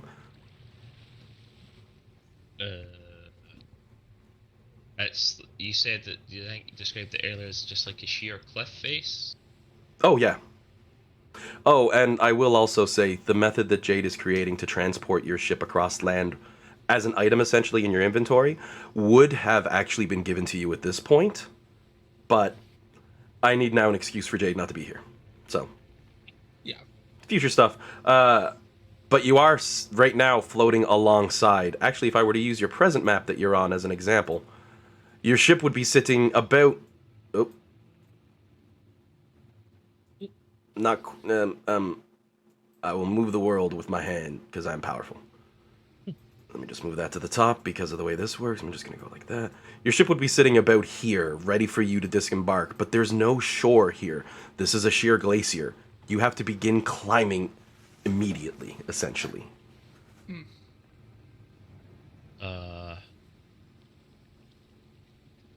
I can turn someone into something with climb speed, and then wild shape myself into something with climb speed.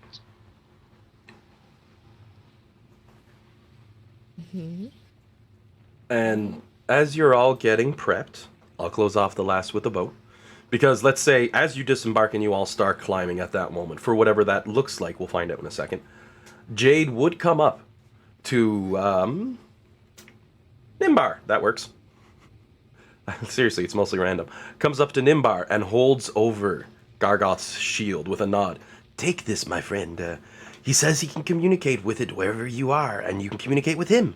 If there are questions, I'm sure we might be able to commune back and forth. Does it work if it's in a bag of holding? Gargoth looks up from his book, bit of a glare on his eyes. Does anything work from inside of a bag of holding?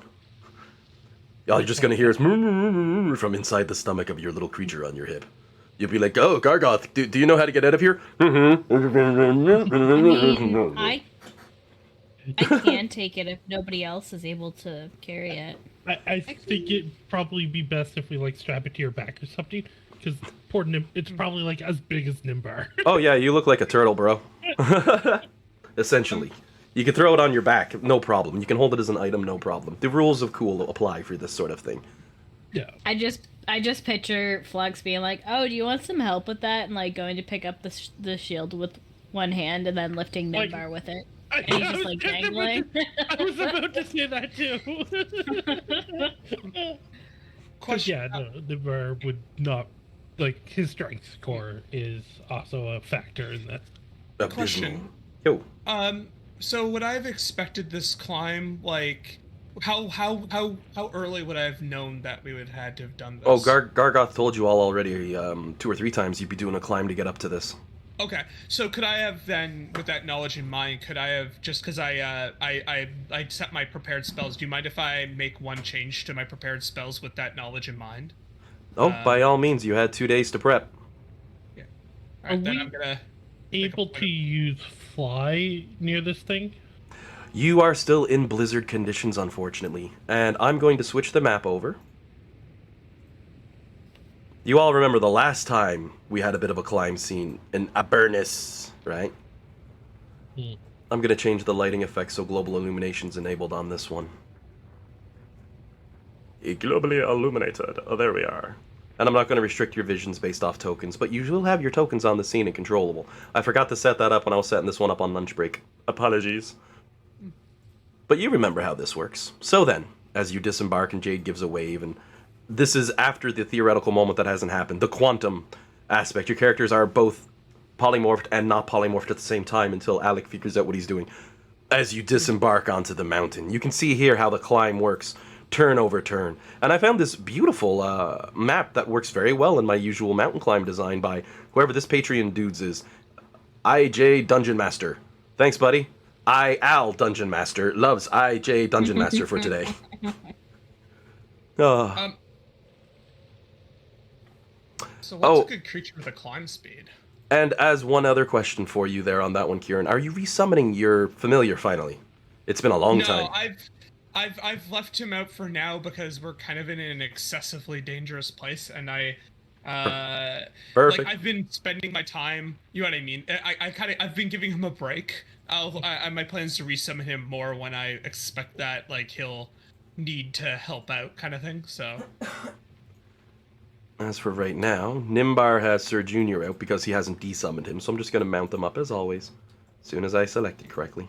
Probably one of my absolute favorite add-ons. What challenge ratings can you? Yeah, that's the downside to your simulacrums. Squish. What's that? Only 120, 61 out of 121. Oh, and don't forget. Oh wait, he passed. Never mind. Yeah. I know. Is his? Yeah, 61, 6 out of 120. Perfect. Don't mind me, just looking at numbers, curious of what I'm dealing with. Wait, shouldn't he have 60 health? Isn't it round down always? It didn't say. A general rule in Dungeons and Dragons while processing is that whenever there's a rounding, you always round down. Let me double check that. Yeah, you always round down unless told otherwise. So I'm going to be mean and take off that 1 point of health. And I hope to God I do exactly enough damage someday to kill him so I can be like, oh no, I should have left you with that 1 point, you know. Oh wait, I was supposed to be on mute when I said that. My bad. I'm only kidding anyway. It's just, I do that because of how strict you are on the rules, and I know if I didn't change it, you would have. Be like, yeah, I always roll down, I suppose. Here we go, let's fix this. So then, as mentioned, because it was questioned, how's the weather for flight? Bad. Very, very bad. Fairly bad. I can actually polymorph myself and someone else because I can obey a polymorph and hand it to somebody and they can cast it. Oh, on that note though, is Lulu coming? Does Lulu want to come with us? Lulu's like, I turned to a giant mammoth. Lulu.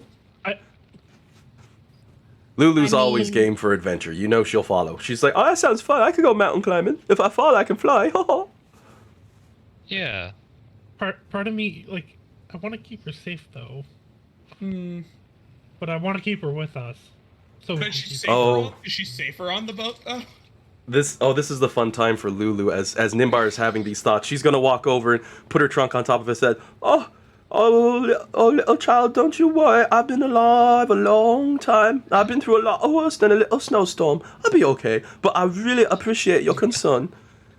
Nimbar's like, that's like the third time someone's been older than me. The third time. Alec laughs furiously. A big Drax laugh.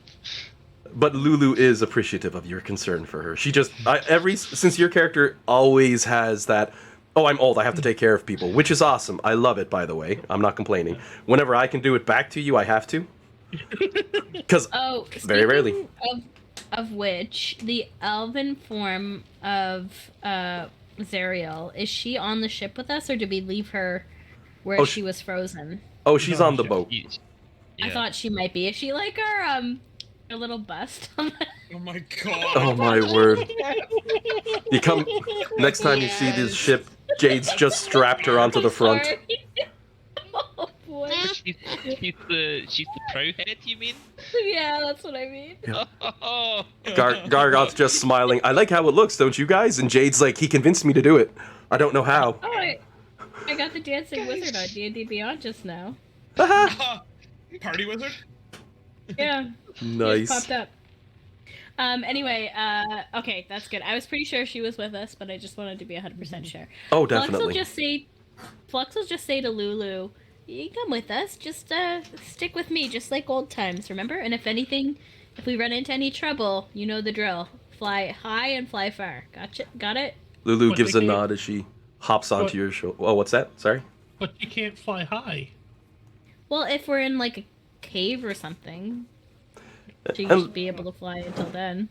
And Lulu's going to She'll be casually sort alright. of hop on Flux's back as per before. It's sort of like a backpack because she's quite large. And Lulu will give a nod and say, oh, well, yeah, in the worst case, too, if you fall, it's going to be like a boulder going. But with me, you got wings. Ho ho. And Just smile to herself. Lulu's been through some stuff, Nimbar. Yeah. She was here for round one. She's tougher than she looks, and I'll give her a little noogie. Lulu will be like, oh, that's not very fair, Alec. It's round 2.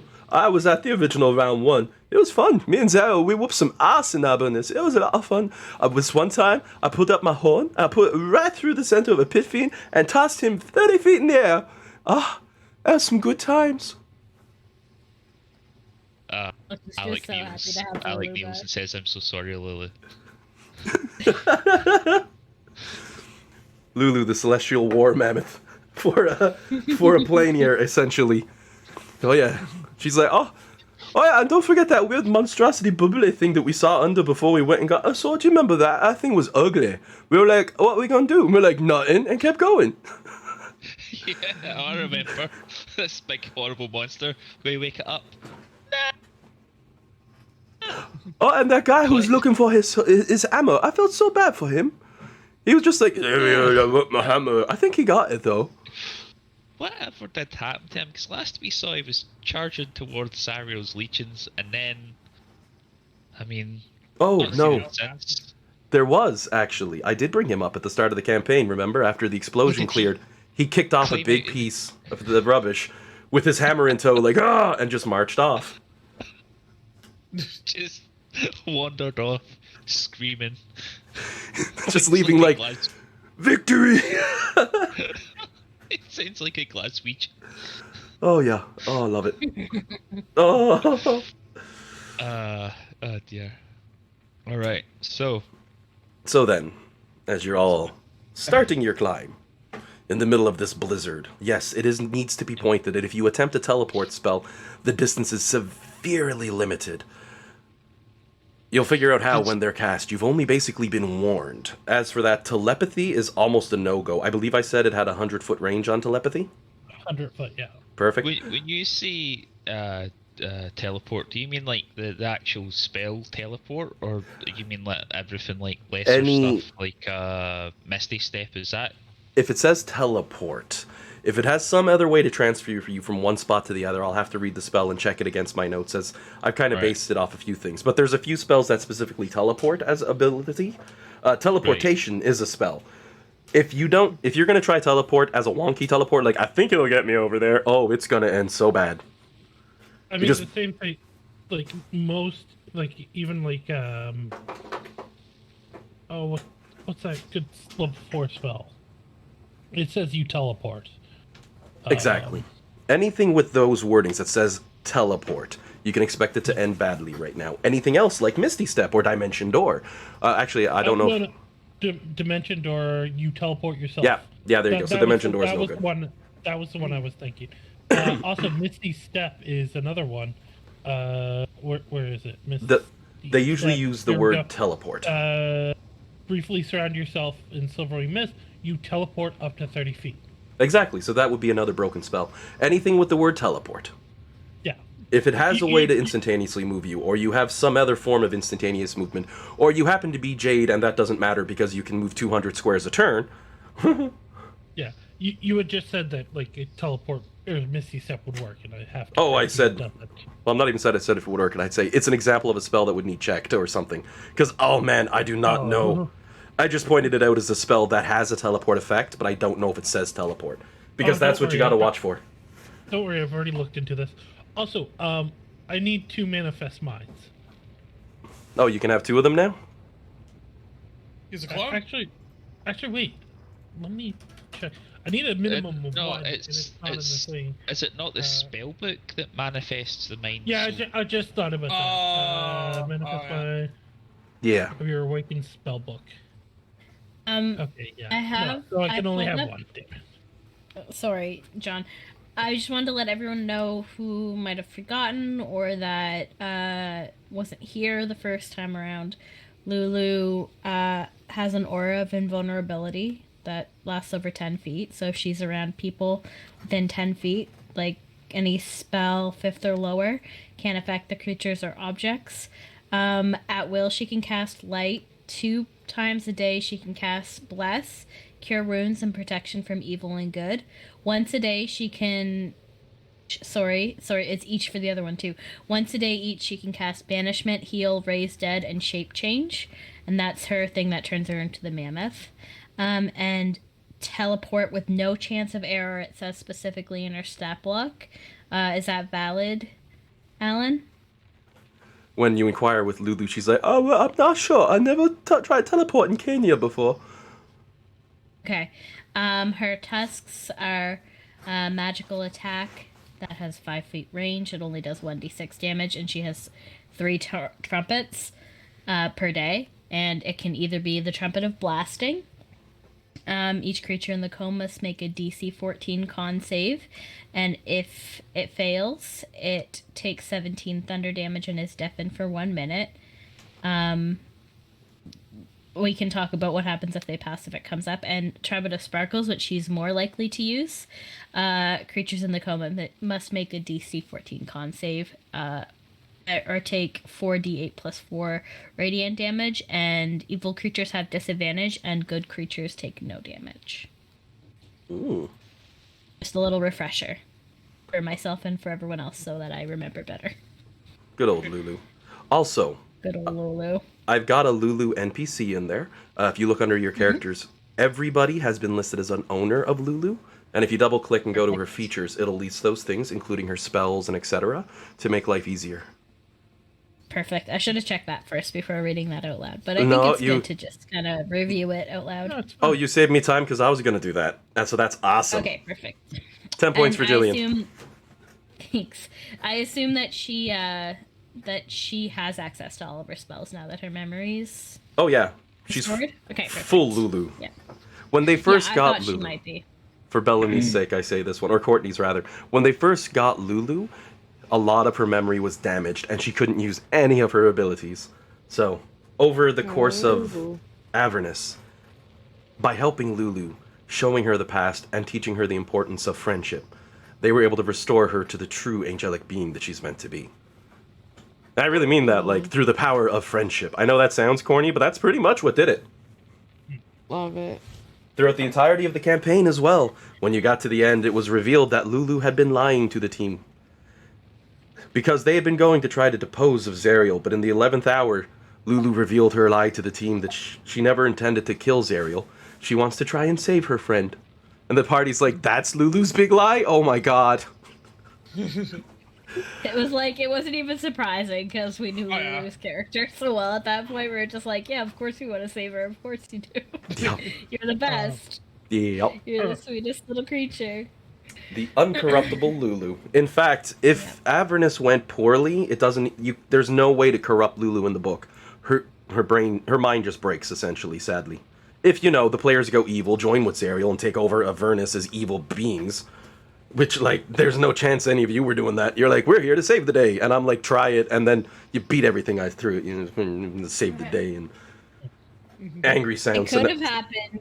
It could have happened easily if you decided to stick with the con saves for alignment checks. Oh god, yeah, no problem there. But that, as I mentioned at the time, underlines and defeats the purpose of building a character. If I say, okay, now you're evil anyway. I mean, if one player was like, I really, really, really, really like that, it's like, okay, then your character is affected by hell and gets to roll for that. Enjoy. But it was like unanimous. Everyone's like, no. Yeah. It was it's usually not fun to have mechanics that change the nature of the character without the player's consent. And I'll tell you the meta-knowledge reason as to why I didn't do it. The biggest reason. If the book says, haha, change their alignment now, they're evil, yeah, good job. In a campaign where my goal is to corrupt, torment, and torture you, no, my job by the end of that game is to try to turn you evil through what you've seen and experienced. And I didn't succeed in that. So there you go. That's how I viewed it as such a wrong. It's like, no. If I want them to be evil, I have to make them evil. I have to give them their choices and make them take the bad ones. It's gotta be earned. Exactly. Yeah. And how many times did you have... It's character development. Exactly. Right? I can push as hard as I can. Perfect examples. Well, you remember when you got the first legendary sword shoved into the chest of a dude, you had the choice. Save his soul or damn his soul. He deserves it either way. And you decided to go the good route. I mean, those sort of things are the determinations for your character's alignment, not a book saying, roll a check in Avernus and see if they pass. No, I tried too. I won't lie, I did. I gave you good things if you went evil, but you were like, nope, that's bad. But I've gone way off topic now. So, with Lulu's wonderful protective aura in place, which I put down so you all can see, you have quite the climb to get up to the top of this cliff. With that, and I'll get a not bar down in a little bit. I just don't have one at the moment. I'm just going to make a copy. Why did this thing just go crazy? There we go. So with that, what's the plans? Who gets what now?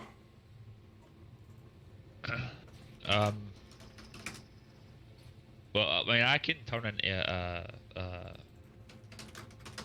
flying, no, not flying, a climbing creature just with wild shape, so I can use polymorph in someone if you want it. Kieran, you said something about... I could polymorph myself and one other person, which will probably end up being my simulacrum, because he didn't have polymorph prepared when he was created, so he can't. So many members. So, because I have the ability to use Arcane Abeyance to take a spell and turn it into an item, and then the person I hand it to can cast that spell as if they were the caster. And it's 4th level or lower, so I can use it on polymorph. So my plan was to hand him a polymorph, use a polymorph myself, and we can, that way both me and my simulacrum are covered. Because we could try and turn it to the giant ape and climb, right? What about the rest of the party though? Well, I'm just saying that covers 2 of us. I can't cover everybody. Concentration is required for Paul. I mean, people in theory, if a giant ape, in theory, somebody could hang off of either me or my simulacrum. I think tying me to the back of one of you is good. Take both Nimbars. Actually, no. The other Nimbar just goes over and starts walking up the thing, the cliff. It's no big deal. What's he doing? Spider climb. He has. I don't know if you guys remember this, but the Robe of Arachnid. Yeah. Oh, you gave him the robe. Okay. Yeah, or the cloak. Sorry. So I have a. So I he's have a. just walking up. yeah. What about?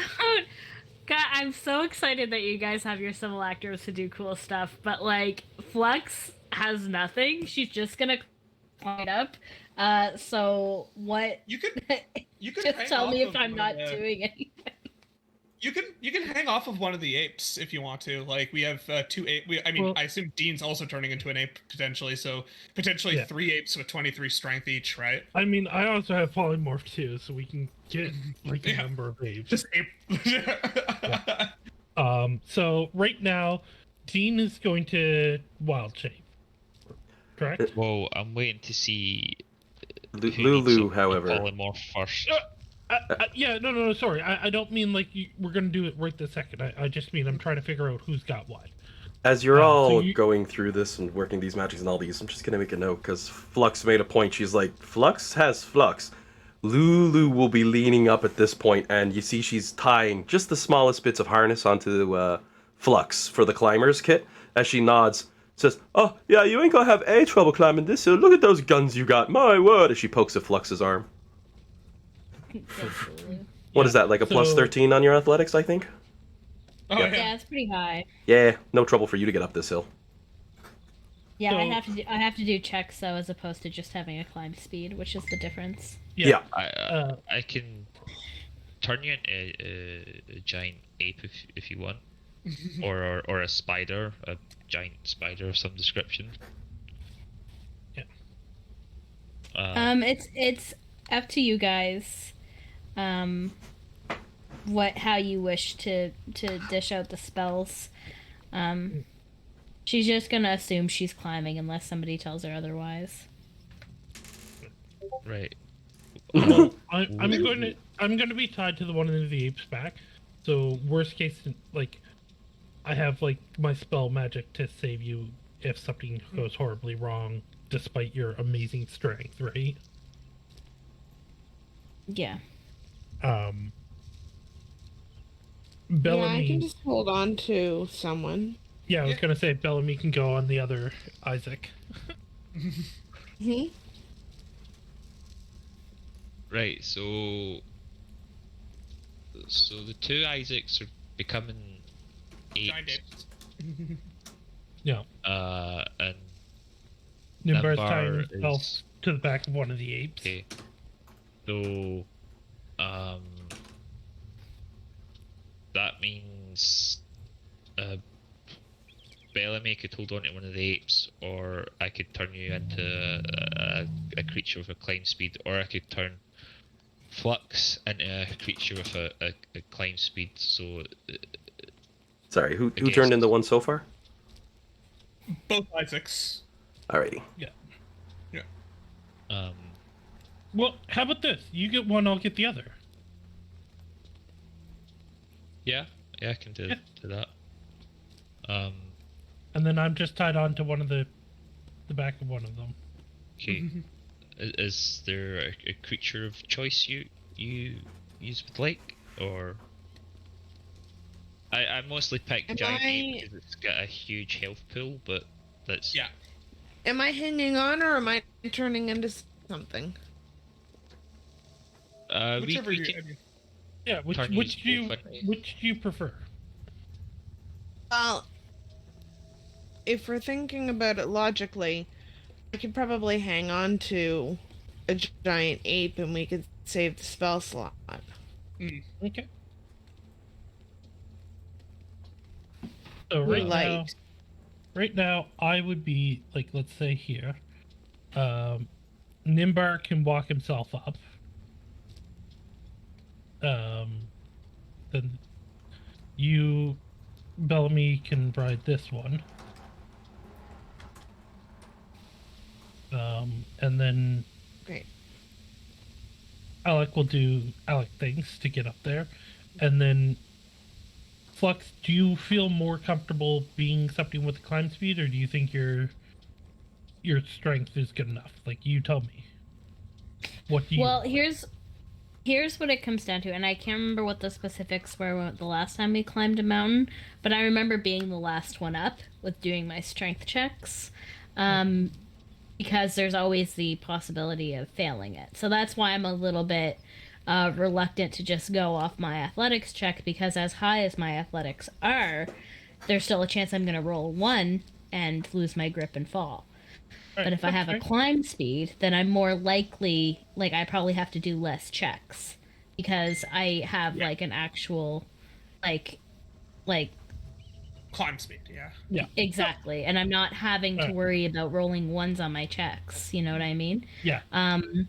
So that's kind of what I'm getting at with what's going on, just because I definitely remember being the last one up the mountain, and I was carrying 2 people, and it wasn't a good time. So Fair enough. So we can absolutely do that.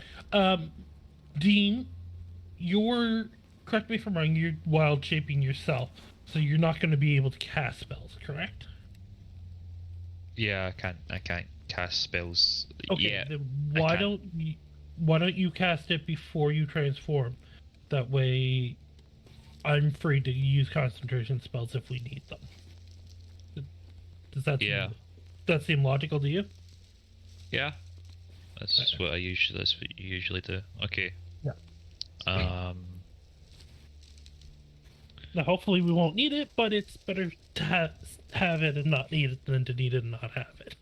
Okay, I'll polymorph flux into a giant ape, but it's going to be white fur with blue streaks. nice.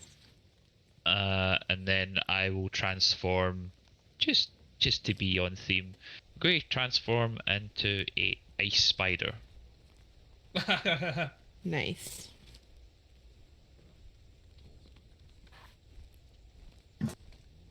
Don't mind me. Just seems to be if you polymorph while mounted, I can only select the mounted creature, and as you can see, it's also in...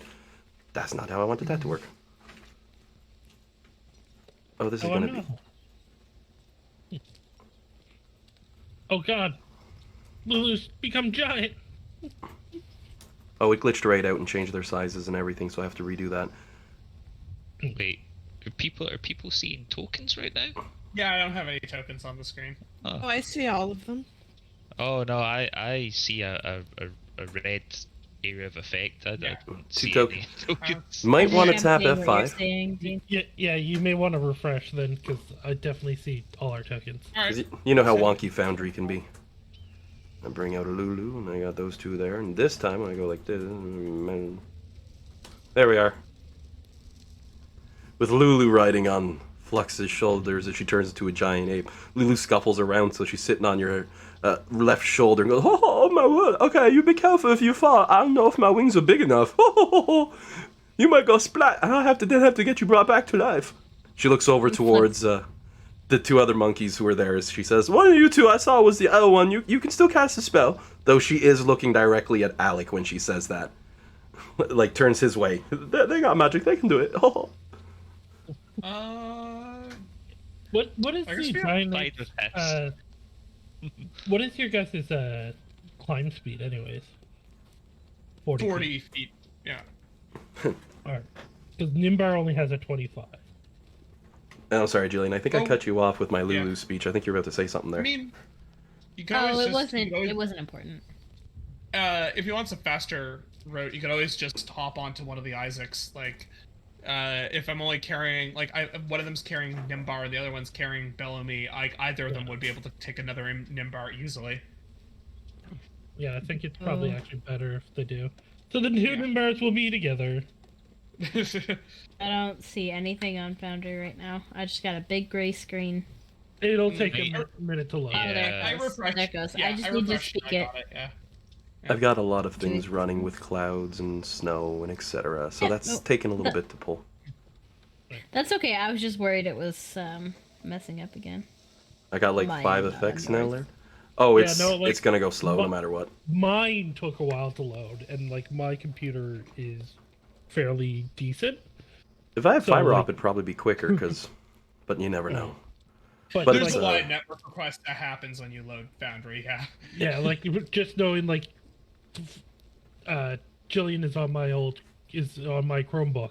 Yep. So like it taking a while does not surprise me considering how long it took my actual computer to do it. And I have a It whole runs so good, boatload though. of things running. Yeah. I, Oh yeah, no. and I just, do like, the see load that time is long. I do see someone getting a little curious with the back running of the systems there, ain't you, Kieran? Yeah, I was just taking a look because I was mentioning like Foundry stuff, but there's actually for some reason there's a breakpoint installed right now on somewhere in the JS, so it freezes Foundry every time I bring up the debugger, which is inconvenient to. Yeah, I might have something to do with that a little bit to prevent changes to the system because I tried remote debugging on a second account while under someone else's name, and it deleted my files. Oh geez, yeah. I was just gonna take a look at the network panel because I know that there's a lot of requests that go through with Foundry, especially if you have a lot of plugins. Oh yeah, Because the plugins add more JS files. That's actually the only reason I added that extra plugin, so if anything goes in there and tries to make a change while it's running live, including players, I get an immediate pop-up saying who and what's going on and etc. And then it kind of locks it. It's a safety feature because this is really an early system for something I bought a year ago. It runs great, but... I was just looking at the network panel. I wasn't gonna start rooting around in anything. Oh, I never mind. I don't mind if players look into that. I mean, you can even see things you're not supposed to see as a player in their like role backing info and all that. But it's just when that pops up, there's certain things on my side I stop doing in case my system goes, oh shit, and dies. Yeah. I'll be honest. It's running Foundry is like having that really old car that you love. It's the best. It runs great, but it's got some quirks. So you don't let anybody else drive it. It's like you're gonna have to jiggle the clutch while putting it in the first gear and then release the brake while holding the gas and then put the brake down and release the clutch again, and then she'll fly. It's like, well, why don't you just fix it? Because it's classic. Oh, I digress. Where'd our music go? I had music playing. I ate it. It was tasty. I must have forgot to set it to loop again. That tends to happen. I did. So then, your first climb as we start our way up the mountain. Your movement speeds are pretty good, and you fight against the bitter cold as the wind whips against your ears. Wow, those sounds really isn't coming in very well today.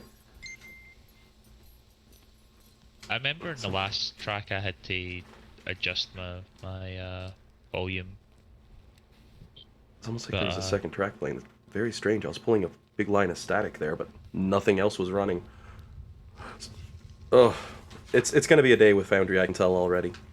So then, with the movement speeds of the monkeys being an impressive climbing 40, with the strenuous blizzard that barrels down on you, I'm just going to turn that back down a little because it got loud. You find yourselves slowly making progress.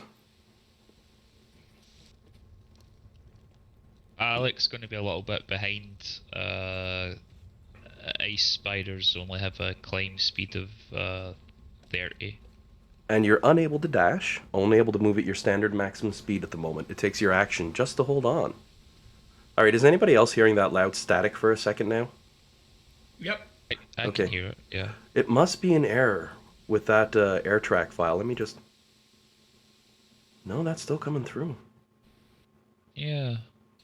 Let me see if anything... Nothing is playing. Nothing should be making sound. I don't know what's causing that. I'm going to hit F5 on my screen. Static. When I had the music I playing, it don't would either. static out. I don't know what that was. Yeah, it's stopped now, so... Yeah. I'm giving a reload, and let me just get back to the audio here. And I'll get that going again, and let's see if that fixes that issue. It might take a minute for the music to get back in. It resets the streaming. Everything streams from my setup, so... Oh. So, your first round. That's 5, 10, 15, 20, 25, 30, 35, 40. And the other apes are going to be able to stay. You're all sort of making a little chain as you're walking. Oops.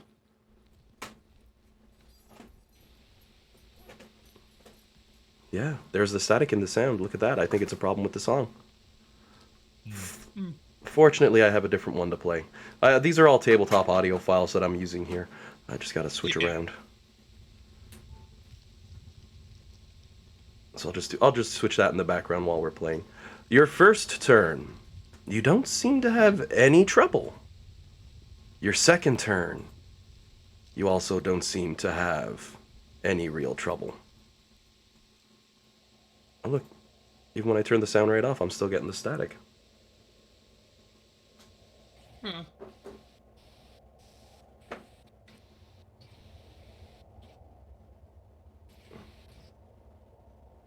Just give me a half second here.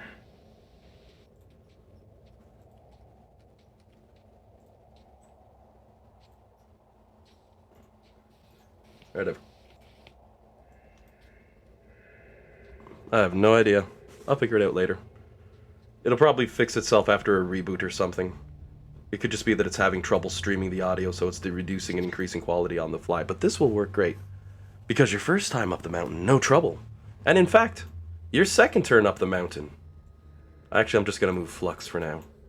Also no trouble. And as you're getting closer to the top, everyone go ahead and give me a nice perception check.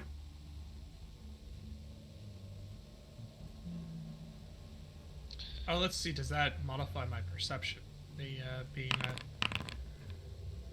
a Polymorph would. I would use the Great Apes, Giant Apes Yeah. perception. Okay. Oh, right. Okay, I forgot to. The modifier is +1, so if it's Click the same press. as yours, then It's you could plus. just go for it. It's +4 for Giant Ape. Really? According, Oh, yeah. I according to didn't the see it map under mod, its proficiency. My bad. Yeah, it's listed under its skills. Yeah, I was just going off the wisdom stat. I wasn't Yep. looking at the skills. Oh yeah, no problem. So first roll's going to be the real Isaac, and the second one's going to be the. So. Alrighty, so let's see how those rolls go. Also, I figured out what was causing the static. It's Discord. Hmm. That's why I just dropped Okay. and jumped back into the call. That was done on purpose. I selectively muted and unmuted everything. And I found Discord was causing static in the background randomly, which is very odd. So, Dean, if it keeps up for you, I just recommend drop the call and come back. It's gone away for me now. It could just be poor connection. Oh, yeah, it's gone now. It's weird. I can't stand it when audio goes off. I love audio sounds and all that. And so then, perception checks as mentioned across the board. Oh, does Lulu get one? Oh, everybody gets one. Everybody. Appreciate. Yeah, there's a disconnect and a reconnect. Hopefully that helps. All right, I'm going to give that a shot.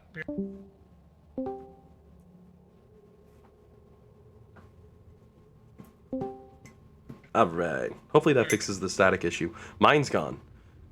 Yeah. I just realized that I was muted like the entire time.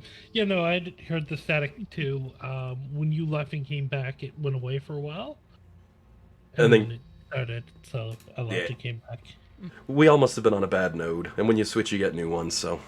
That's my theory anyway. At least it wasn't Foundry. My apologies, Foundry. I blamed you for once and it wasn't you. But I mean, even around broken clocks right twice a day, so... I'm hard on Foundry, but I love the hell out of it. Yeah. It holds up remarkably better than Roll20, which is Yeah. years into development. Oh my word, I know, right? Like... Oof. I think part of that is probably that Roll20 self-hosting everything while Foundry isn't, and so they're probably trying not to be as heavy with the program, right? Because they're serving it all, Oh yeah. as opposed to Foundry where you're serving it all. So, It's also the reason why the Flux. plugin thing exists. So Flux, as everyone is staring and looking up, you can make out something up there. Small little beady pair of eyes looking over the top of the cliff, it would seem.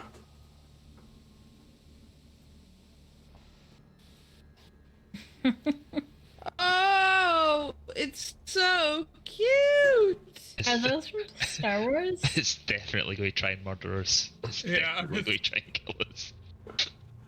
And as Bellamy's saying, "Oh my god, so cute!" you see 2, 3, 4, 10 sets of eyes suddenly peering over the ledge. And I'm gonna move Flux about to where you are. You're still a bit a ways from the top, though, as the storm tears harder and you can have visibility so heavily limited. Anything else for the next turn as we move on? Flux will give like a little monkey shrug and point forward, and then shrug again. How far away are we from these fellas? Right now, you're about 200 feet up, and I'd say it's about 500 to the top here, give or take, because I'm being lazy. So about 300. Okay. 200 as of the end of this turn coming. And I know I jumped forward a bit, but that's because it's been a fairly straightforward climb. Surprisingly, no avalanches, nothing coming to get you, just the bitter, cold wind whistling, tearing at the side. Not that visibility is much strange. I will say, now that you've climbed up as high as you have, when you look down, you no longer see the ground, and when you look up, you barely see the top. When you look out, nothing but cloud and storm. Even the ocean, no longer in your line of sight. Anything special as you continue to climb for this turn? No, Nah. nothing for me. And as you go... So, just out of a random coincidence, that image reminded me of Fantastic Beasts and Where to Find Them. So I was going to pull it up. When didn't that image pop up as like concept art for that movie? Oh, cool. So that's where it's from. I honestly didn't know. I was looking for a cute thing, and Sandy found it. Yeah, it just like it was like, oh, that reminds me so much of that thing, and then it's like, oh, because that's what it could have looked like. That's exactly what it is. And they're like, is it a porg? I'm like, I don't know. Don't say it, though. Copyrights. There's one... I'm crazy, but I'm just like the Joker messing with the IRS. I'm not a mess with Disney. No, thank you. Oh, no, thank you. I like having money. And they will make sure that I won't have any if they get mad at me, because I don't have the power to fight them. I just have to yell at the internet and be like, someone pay attention to me and get me millions of views so Disney will stop suing me. That'd be my only hope in hell. But as you reach the 200-foot mark climbing up, Flux probably thinking, wow, these monkey hens are great for climbing. They don't get cold. It's so nice. I'm just going. And Lulu's like, monkey fur, so comfy. Oh, look, it's so cute, she says. As one of the little white things skates on by on its belly, sliding down the side of the cliff, flies past you. Oh, do we have time to go penguin sliding? Bellamy might be tempted because as she's looking, you notice it's not just one. Dozens of them, like lemmings, launching themselves off the edge of the cliff and sliding down on their bellies, flying by with little as they go. Incredible.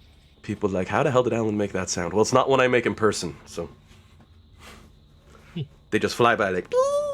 sliding down on their bellies until the full armada of them. And you're getting up to about 260 feet at this point. You see the full armada of them standing at the shoreline, as if wondering for a moment, before diving in the water and swimming away. Why am I worried that they're swimming away? I don't know. Maybe you can all give insight checks. I never call for them, but if a player says, why am I? You could do an insight check.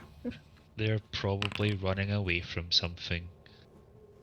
So this is where I would use the +1 modifier, correct?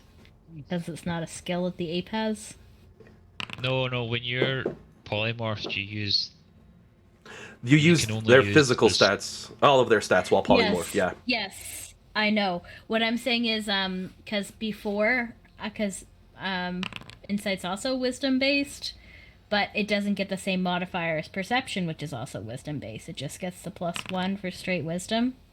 That's what I'm asking? Exactly. Yeah, okay. If your character, you'll have to double check me on this, I'm not 100%, but I believe if your character had proficiency in a skill, that carries over to your polymorph form, maybe? No. I think that's it doesn't- wild shape. Oh, my bad. Yeah, that's wild shape. Okay. It doesn't then cut 6 off of each of those then. Right. That's why I always use polymorph on people and turn them into chickens. Yeah. So That's- 14 and 2, I guess, would be my... So, Bellamy and up, anybody who's got above a 15 or better passes on this one, can confirm Nimbar's fear. So, wait, which one's the real Isaac? I always do the real one first. Okay, and so- then the simulacrum second. You can all confirm that, yes, they are running the hell away. Oh God. Quickly, like penguins fleeing. But from what? Do you continue to climb? I mean, we don't have anywhere better to go right now. Flux will give a big sniff in the air and see if she smells anything weird. You can do a perception check, and I don't know if they get advantage on perception for things based off scent on No, this they creature. don't. Okay.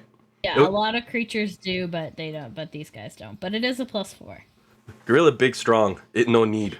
It just throws things that smell. Actually, it throws things that smell. Oh god. Gorilla poop.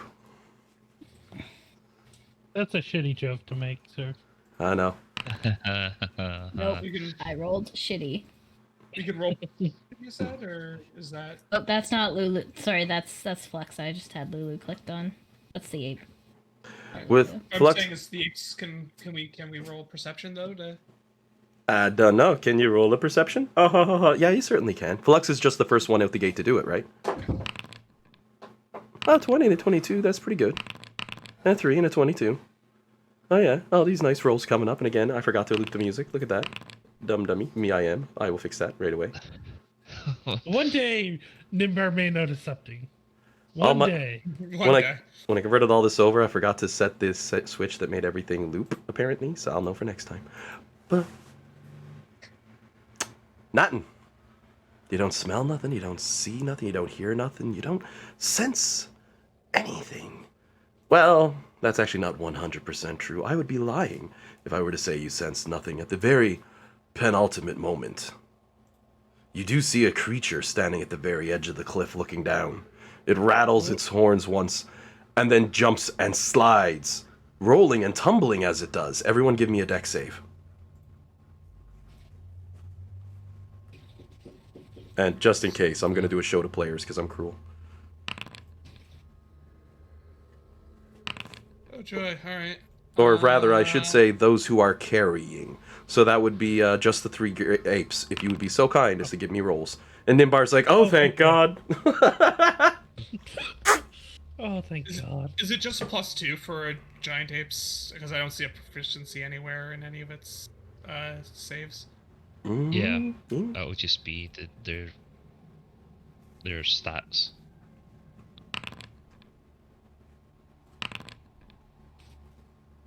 Am I supposed to be seeing a picture right now? I did throw one up in the chat and then showed to all players. Did it pop up to everyone? I'll do it again. The I see, pop-ups, like black ice. yeah, Oh. the pop-up's blank, but the image is, I can see it in the chat. Oh, it's I'm making a journal entry for it. I did the same for the other cool thing. And you should have access to that as well, so just 1 second here. Oh no. I heard an oh no, but I don't see the rolls at the moment, so I'm assuming that was bad. I got a 5. Ooh. Save Lulu.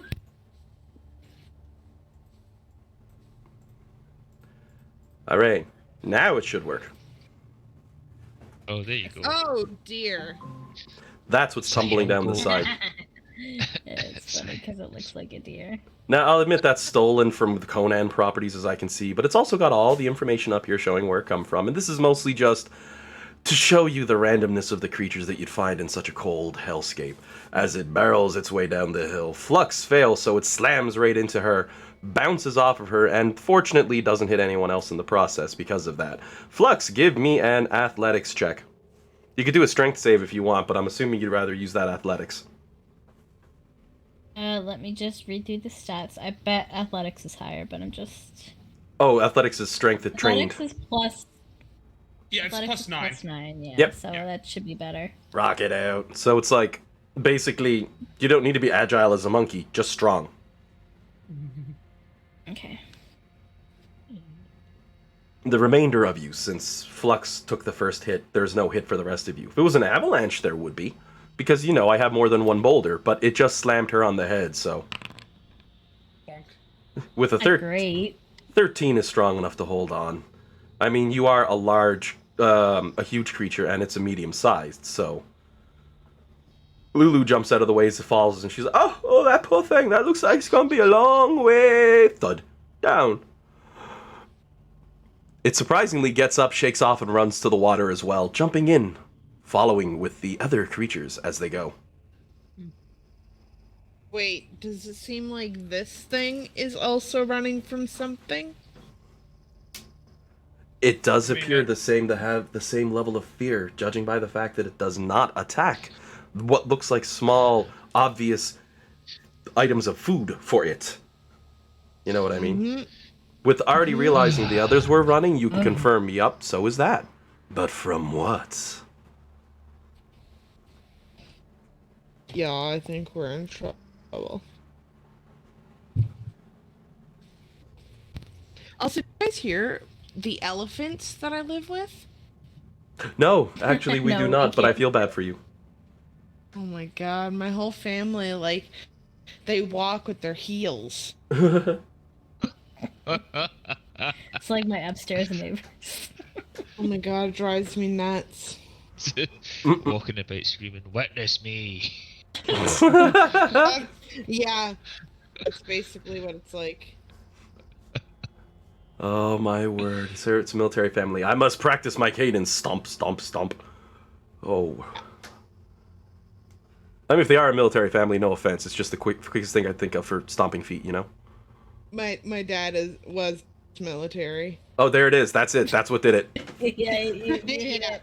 I didn't want to speak for Courtney, but I was like, did he know that? Because he's right.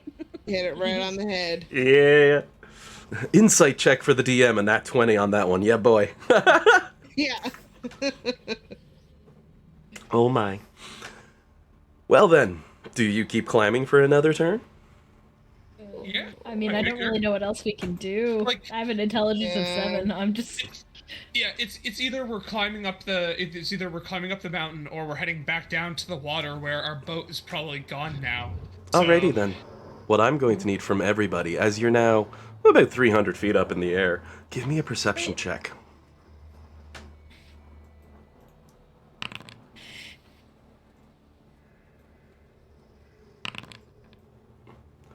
Also, did the map just go pitch black for everybody?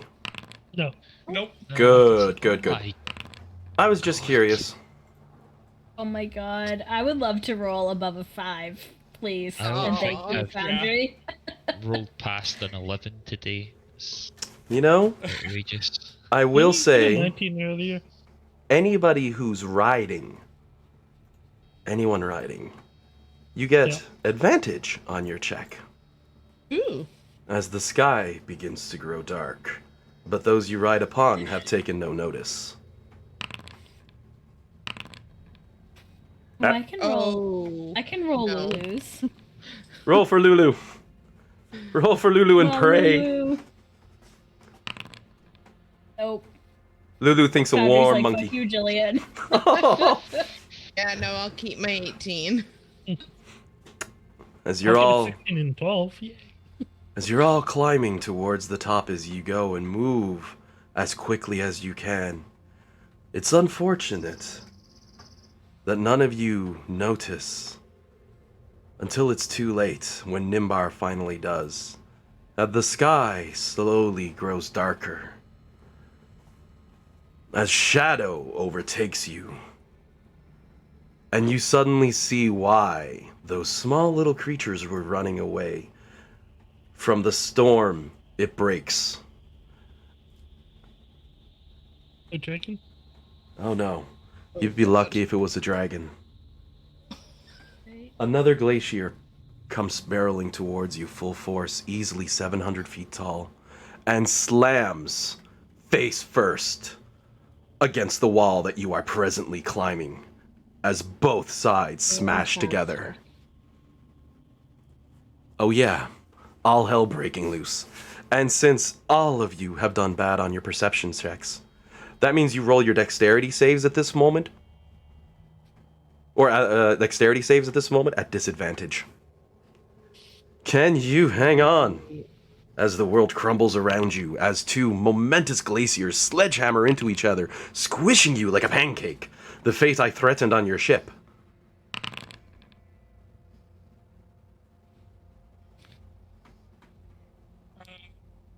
Whee! How do you do? I was gonna say because I. Click the word dexterity, and then it'll ask you ability or saving throw. Oh, do I have a? Oh, the ape has its stats. Sorry, you're right. I wasn't thinking of that. I I rolled for I Lulu like- because I didn't want to put that on Jillian. Read these labels. Let's see. Dexterity. I want to point out we did say I was tied to the ape. Oh yeah, it's all good. It's all good. I'm just gonna do it again now for the. Oh, I didn't do. Okay, I did do the disadvantage. Okay, good. The question is, since I you didn't- failed your perception checks and this happens, would the wizards be able to use their reactions?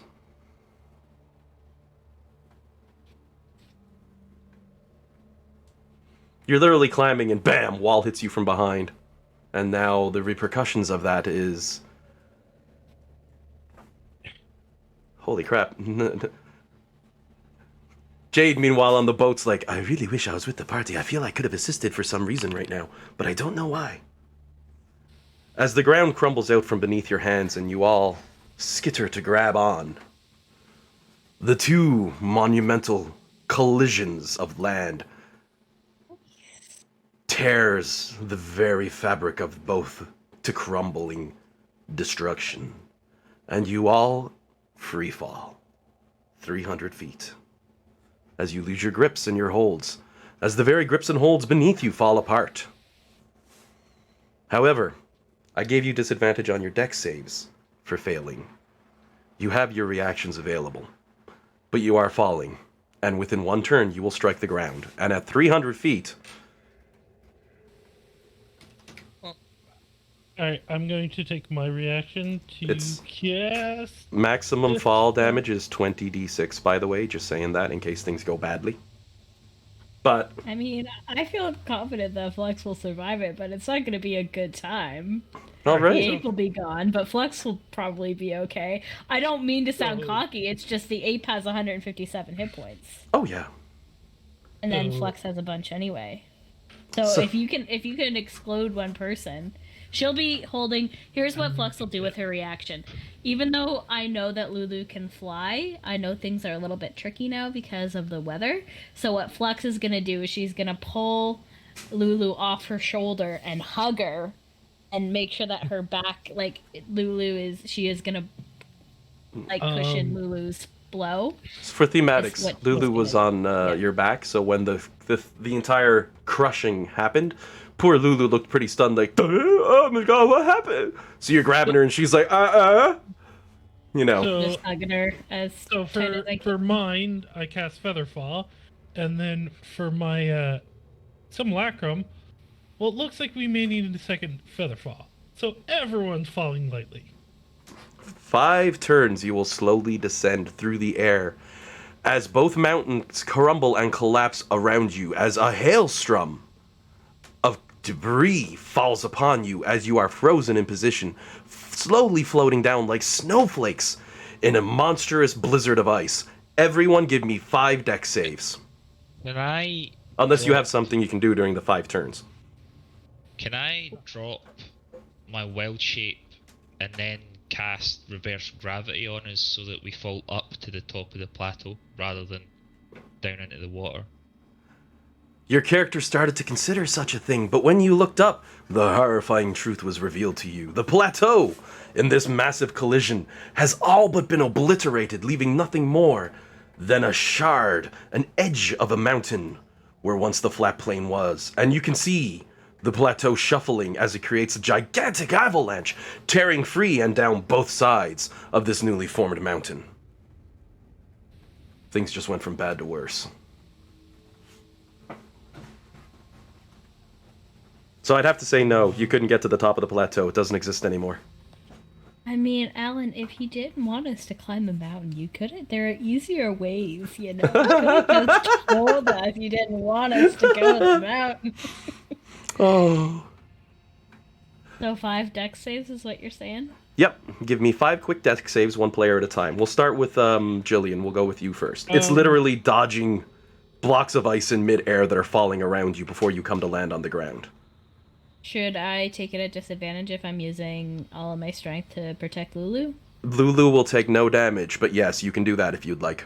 The same can be said for any Well, ape carrying people smaller than them. You can tuck them around into yourself to protect them. Like the Isaacs, they could be protected by Yeah. the other one, if you want to go that route. Yeah, I mean, they would be doing that, and they'd be doing that as long as they were, as long as they're still in ape form. Obviously, if they end up getting hit enough, they're gonna lose that. But Actually, on the first turn, I would like to cast. Well, one second. So I can only hit the one that's I'm touching, but so I'll cast it at 3rd level. I'm going to cast Fly on the giant ape I'm currently riding on. The 2 nymphs are riding on. I would cast it higher and do it for other people, but I can't touch them. can you? Is Fly's concentration? Is Featherfall not concentration? Featherfall.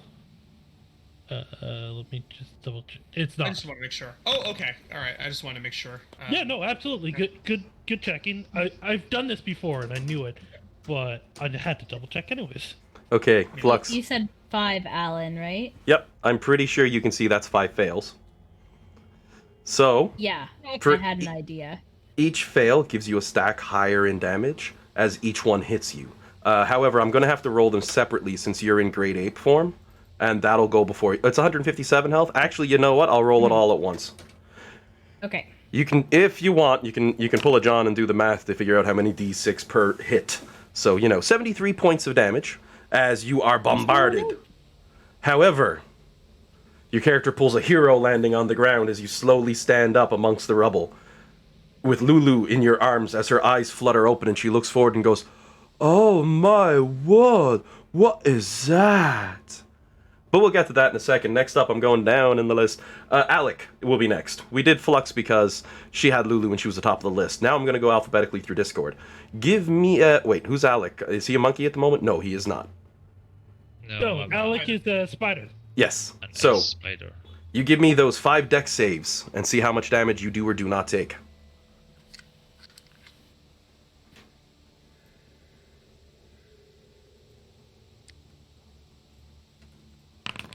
Oh wait, that's wrong. I gotta fix it.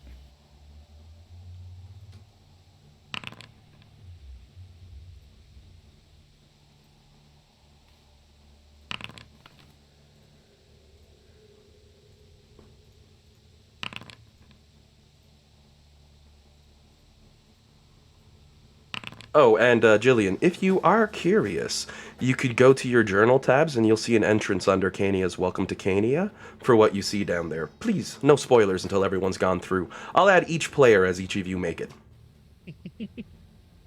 Yeah, I won't spoil anything. Okay, I so haven't that's... looked at it yet though, because I've tried to get my damage down.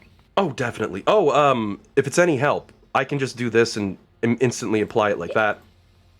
I tried to do that and it didn't seem to do it for me, but it could have been that I wasn't clicked on my icon, so that might have been why.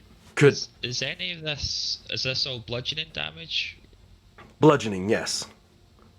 Okay, By the way, you guys, I got my first sadness chan. I just wanted to say that Oh, really quick. I'm so happy for you. 27... I'm sorry this is your first one. 27 damage is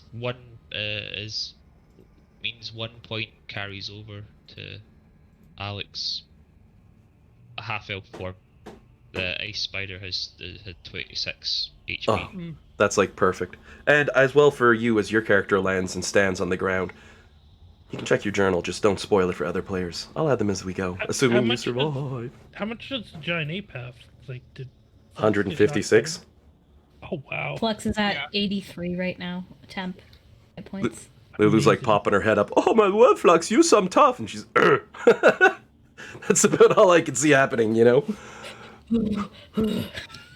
Coincidentally, I watched Tarzan last night, so... I watched Planet of the Apes. Apes together, strong. That's all I got. I love the Planet of the Apes movies. I watched them like 4 times in theaters when I was in Holland. Oh, so good, so good. Alrighty, Bellamy's turn. What was Bellamy at this point? Was she riding on someone? Bellamy was on the real I'm on. Yeah. Yeah. Okay, Isaac. We'll jump to your turn since it would be you're with Bellamy. Is Yeah. Isaac gonna take the hit and protect Bellamy, or is he gonna be like, nope, I'm gonna try and save? Because if So you I have to get hit in order to protect her. no, you have disadvantage Okay. on your dex saves, but she would not be hit if you protect her. Yeah. I would protect her. I would protect her, so I would take disadvantage on that. Like, I'd obviously be trying not to get hit, but I'd be also shielding her. So, because I realized that like I'm polymorphed. The worst case scenario is that like my temporary body is taking the damage. So You got know a what I big, mean? big, strong monkey. You just grab Bellamy, flip her around, hug her in close, and Bellamy, you get to experience what Lulu did. The soft, warm fur of a giant monkey. It's unbelievably comfortable. You don't even notice Give it as a you little start, pat. and you're hearing thud, thud on his back as this is happening. And meanwhile, Isaac, he's probably quite surprised by the amount of pain he's feeling. He's like, I am not used to being hurt. I don't go in close range, because that's a lot. Oh, Oh, cool. Jesus. Wowzers. I was gonna say you rolled pretty much exactly as bad as Flux Yeah. did, but oh wait, no, Flux got a 1 too. 1 as well. Sorry. that's 80 Is that points. the chat Oh, that's on weird. Ice themed? That's just a coincidence, but a happy one. Let me see, that should work. There we go. So I've applied the 80 damage to you as well, as your character lands, and you hold Bellamy up, you're like, Bellamy, he looks like he just went 5 rounds with Mike Tyson. And I'm pretty sure, yes, Mike Tyson beat the giant gorilla. Yeah. Isaac probably giving the thumbs up, peace sign, or some other nod, something, some way of, you are okay. Might even start talking. Oh. I'm sorry, I have too much fun with polymorph, but Now for the flying ape. Yes, there's a. Yeah, you made him flying, but is there a? Are we gonna be able to do anything with that? Because I know the plot, like the place we were gonna go broke, right? oh, and to mention It as means well, you can dodge, right? that being said, Kieran and Courtney on that one, check your journals. You'll see an entry in there as well. Just try not to spoil it on John, because you're probably wondering what everybody else has seen that made them go whoa. And finally, for John, you give us those 5 checks. Again, Nimbar on the flying giant monkey. Yeah. The flying giant monkey is that's an Isaac, isn't it? Yeah. My mistake. For some reason, I was thinking it was a Nimbar and things were backwards for a second there. Isaac, you doing the same thing? Yeah. Is the However- flight gonna help me at all in this? Flight? No. Yeah, With- he gave me flight. Yeah. With Yeah, the it does gigantic blizzard, if you for every 5 feet of movement you attempt on flight, you run the risk of falling prone, which will immediately make you fall. But then you'll be back Alright, into well, the then same I'm boat, looking and at it's Yeah. yeah, flying is next to impossible in a blizzard of this sort of intensity. Yeah. Okay, but I figure it would help him like move side to side to like dodge these. It's Then it doesn't fall straight down. oh, I see what you're thinking. I was actually going to impose a higher degree of negative, a disadvantage and a -5 if you were going to protect both Nimbars, because you have to use both your hands. But I'll cancel out the -5 Okay. if you're protecting both of them. Yeah, and I am gonna protect both of them. That would be what Isaac would do in this case, and that would and Simulacrum being, based on him would similarly do the same thing, right? Like. Simulacrum's like, this is temp health, I'm not worried. So then you give me, again, 5 rolls at disadvantage. And yes, my apologies, you were the worst boat on this one since you were carrying 2 at once. Oh, look at that. That was close. The simulacrum also has the understanding too that his life is temporary and he's there to help, so he would, also be less concerned about potentially suffering that sort of fate. And habam. Absolutely horrendous existence these simulacrums have. Yeah, but the thing is he has the because he came from like Isaac's mind. He has the understanding. He knows exactly what he is. He knows exactly what how the spell works, and he's, you know what I mean. It's like, yeah, this is what I am. I'm a simulacrum. Like And with that in mind, As somebody who's never watched Rick and Morty, is that like what a Meeseeks is? I mean, I was, except it's a copy of yourself, but yes. I was Yeah, gonna kinda. say, Like That's also same kind of outlook, I guess. I mean, Existence is pain. Yep. that's how every the clones or robots rebel movie starts. It's like, yeah, they know they're just servants. 10 years later. Uh-oh.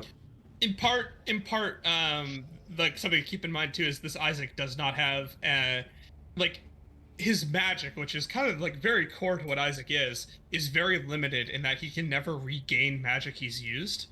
So he knows, like, by nature, like, all of what he does, well, what he is only temporary anyway. So even if he wanted to exist longer, he wouldn't be able to do anything that he would have, important to him, right? Like, So you know what's really cool? Mine will regain 1 second level spell a day that can be cast at 3rd level, and only 3rd level. Yeah. Because he writes a scroll every day. Yeah. It's not a spell scroll. Yes. Or spell slot. and it's something I've kept in mind as a utility for this too is that Their effect. by using my abeyance effect, I can toss him over a spell to have on hand, so that like we can preserve his resources a little longer.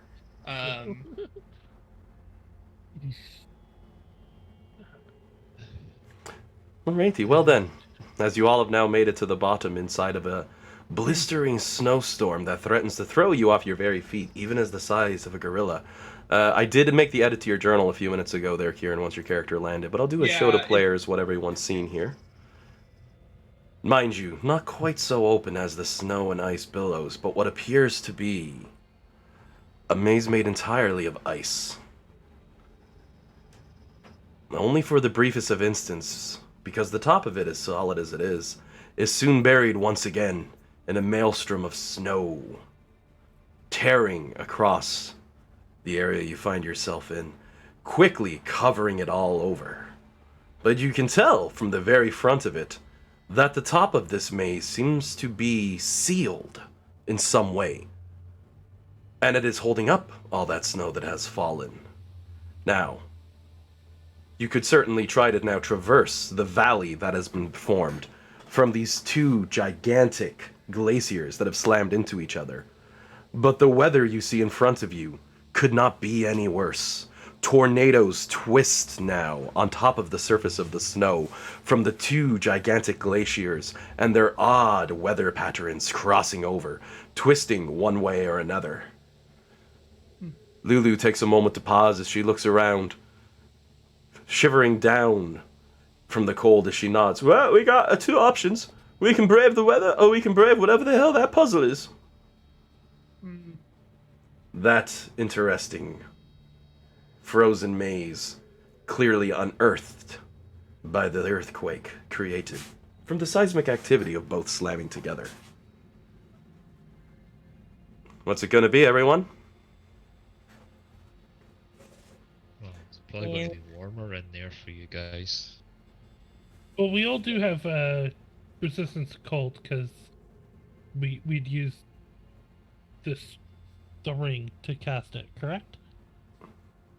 There was a plan for that, and you said you put it on your familiar, but it never actually happened in character. But it's also been 2 days of rest, so I mean, I'm not picky. Well, that I had said that had happened at the end of last week's session. The sort of carryover, right? The actual in-game of it didn't, so I left that up in the air in the moment. Did you want to say that it was done and it's gone and that ring is gone with the wish spell on the ring? Yeah. Yeah. Okay, I'm fairly certain last week we said it actually did happen. Oh, I just wanted to make sure, because you had given it to your imp and said, okay, you're going to cast this, if I recall. But we didn't go through the motions. My owl, but yes. Oh, great, it's an owl again. Just because I'm playing the safety card of, whoa, I don't know if you changed your plans on that. Is that what you did? Okay, so that ring with wish is gone, and everyone has resistance to cold. Mind you, polymorphed apes, do they have resistance to cold? Nah. So be wary of that. You'll be doing con saves no matter where you go at this point. But the surface, the tearing of the wind and all that, the cold, for once, will be the least of your concerns. Boulders are flying through the air. Oh no, the cold's bothering you this time. That's for sure. No, I have resistance. Lulu points out, it still freezes to your tail, though. It's really uncomfy and annoying. She leans back, trying to bite at herself to clean it. If I remember correctly... Go ahead. I was just asking if Lulu was also resistant. Was she included in the wish? I think it was up to 9 creatures, so yes. I think. Okay. So Lulu is immune to the cold as well. Resistant. I Well, thought resistant, it was, if I remember correctly from last week, it was like cold resistance gives you like some kind of advantage against the cold checks. It's only He never specified what it did. Because we never got into a situation where you were standing in the middle of a hell blizzard. You were in the only calm spot. Now you have the choice of, do we go through the absolute worst weather we've ever seen? Or do we go through what is Clearly obviously worst something dungeon. bad? Yeah.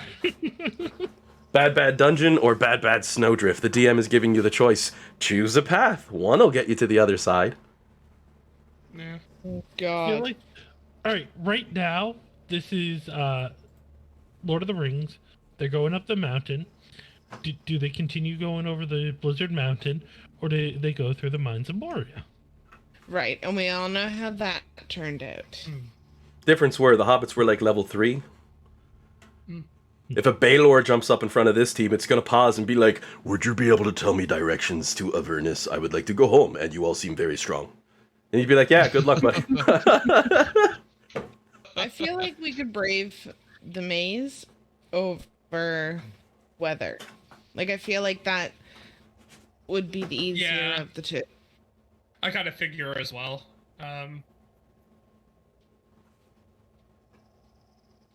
We're really at the mercy of the storm, and like, yeah, I don't know. But at least on My the plus vote side. is for maze. Okay, we got 1 for Maze. All right, let's just do I it then think as a vote. maze, yeah. 2 for Maze. Dean, what are you thinking since you're next on my list of Discord players? Maze, because maze. If Jade was here, he'd be like, there might be treasure in a maze. So 3 for Maze. So, I mean, unless Jillian and John, unless either of you have major complaints against this, because usually with Jillian it's, what crazy plan are we doing? Okay, I'll kick some ass while we do it. Yeah, no, maze is fine with me. I don't have any complaints about it. What was the other option if we hadn't? Is kind of what I Bad maybe weather. need clarification on. Really Go- bad weather. Like, Yep. just walk on top of it? Is that... Yeah. We didn't fall through the maze, right? No, it would appear that there's some form of, at least a force field above the maze, protecting it from the snow falling in. Also explains Right. why it's pristine after being frozen for so long. But... Yeah. I mean, I think as long as Lulu has cold resistance too, and I can use my 8 body to keep her warm as possible for as long as possible, I don't really see, like I can see us just walking along the top. I think most of us will probably be fine. But I also think that the maze is going to be really interesting, and I wouldn't want to bypass it in case we miss something really cool. So And, They also- and as far as storms I I can go considered, either way. I It's- think you described too. It wasn't just like the cold. It's the. it's a you was talking 17th about, level like, equivalent severe- storm. You're talking tornadoes Yeah. with boulders flying Yeah. through them, avalanches constantly Yeah. from the Yeah. tectonic changes in the places. It's Yeah. probably the worst case scenario. But I mean, it's also, it's a DM literally saying to you, hey, you guys want the overworld dungeon or the underworld dungeon? Yeah. Yeah. It's, Yeah, no, I think the maze would be really interesting, and I Yeah. don't think I would want to miss out. But I think I also feel like there's a part of me that thinks we'd be okay, but it could just be a naive part of me thinking that we'd be okay if we stayed aside. So my point being, I don't I really feel care. like we Maybe sounds probably fun. would be okay Yeah. to brave the weather, but I think the easier of the two is to go through it. Yeah. since the majority, well, since everyone's saying that, Lulu's on par with that too. She always follows that majority rule, right? And she's nodding like, I would very much like to not get the snow all up in my foot. It's getting very hard to walk. And you see her arms and legs are almost locked straight as she's Yeah. going. Oh. Lulu's not walking. Flux wouldn't let her walk. She's carrying her. Well, Lulu was trying to make a snowman while you were all chatting. That's the thing. Oh, was she? Oh, I didn't realize. Exactly. I was just having me some Lulu fun. She goes, I don't like a snow Oh, now. that's great. Hops on Ape Flux like, this is warm. I'm staying here. Just out of curiosity, what distance does the maze look? If It's- this maze is in a valley, how far to the other side? It was hard to see before the snow buried, but it was exceptionally large. Yeah. Yeah. Like few hours large or like few days large? Somewhere between the two. It's impossible to tell because it stretched beyond vision and then the snow filled so fast from the avalanches. And Right, that's okay. still probably days, and we would be able to. There's a chance that we would maybe be able to rest in the maze somewhere. We find a quiet corner, Yeah. fortify it. Above, the wind doesn't tire, the snow doesn't tire. So then into the maze you go? Yeah. I mean, if we can get down there, how do we get past the force shield? The force field, sorry, I should say. The entrance to the maze, as you walk up towards it, the top of it is certainly shielded, it seems to be, as this seems to be the sort of maze originally you would have looked up and been able to see the sky, but to prevent someone from just jumping on top and walking past, was force fielded and protected. Nimbar would probably be the one to point out, oh yeah, that's some really old magic. They don't do that anymore. It's kind of boring. But wow, yeah, that's impressive. Because you know what I mean? They did that because, well, one time when I was a player, a DM had this big maze set up on a table and everything, and I was like, there's no roof, and they're like, no. Like, my player climbs up top, walks across, and the DM's like so mad. And I'm like, it's okay, I'm gonna do this maze anyway, because I want to, it looks fun, but buddy, you gotta put a roof on it. Yeah. He goes, I can't believe I screwed up the roof.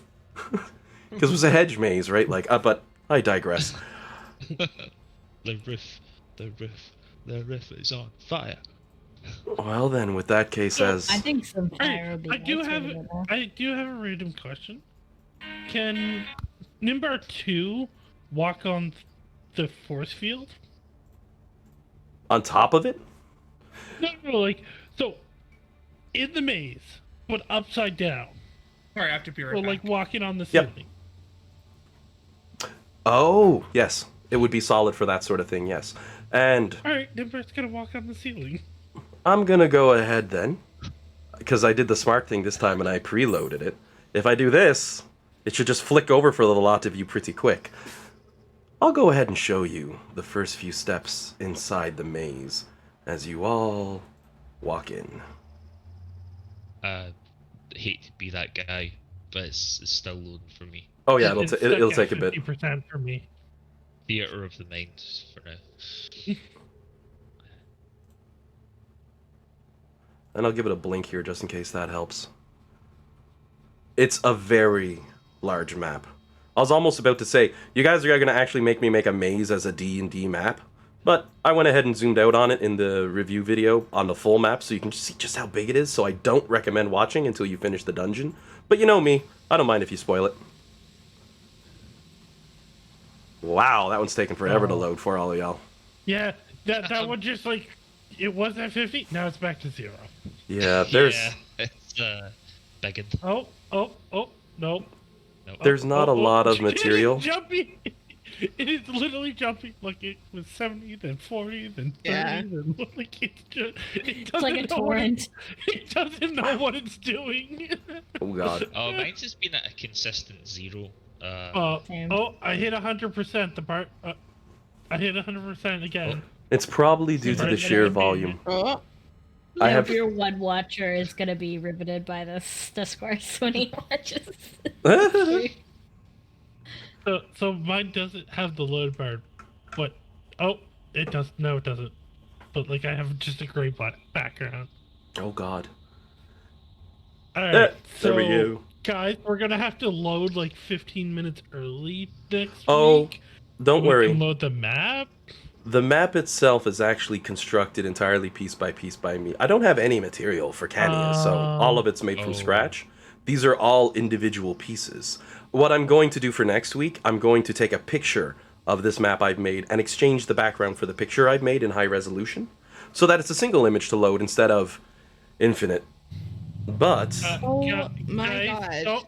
that was a nice motorcycle. For the record, if you zoom out, you'll eventually find the edge of the black, and then the blue maze.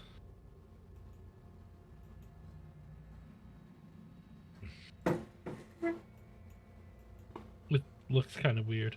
Like you mean at the very top there? I'll send you a screenshot of what I'm talking about. Mine disappeared. Player views are always a strange thing. Welcome back. I don't think mine is loading.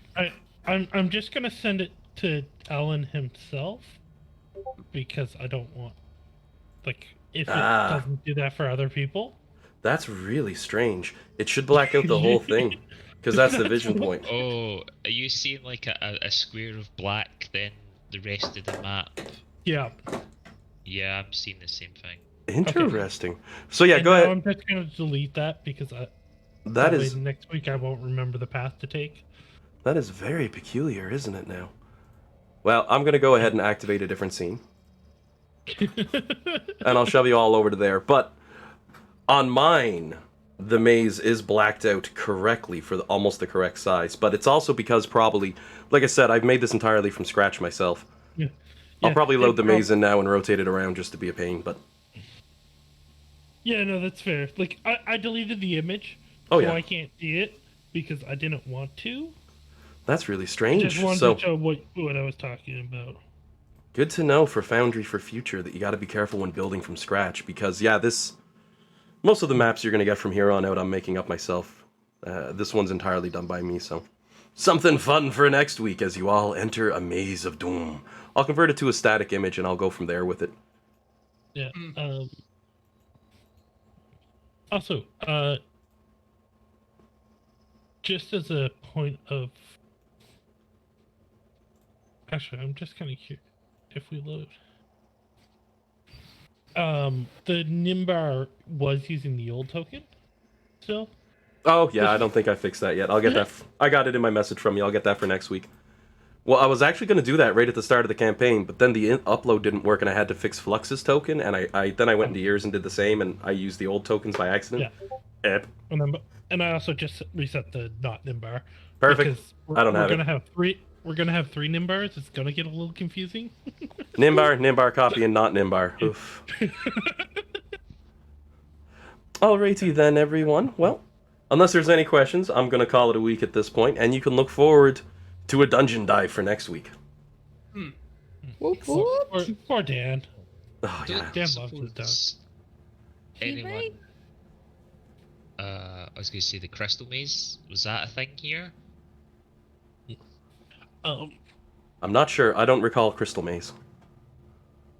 Okay. I feel like if Dan wears a mask, like when he's interacting with you, probably pretty safe.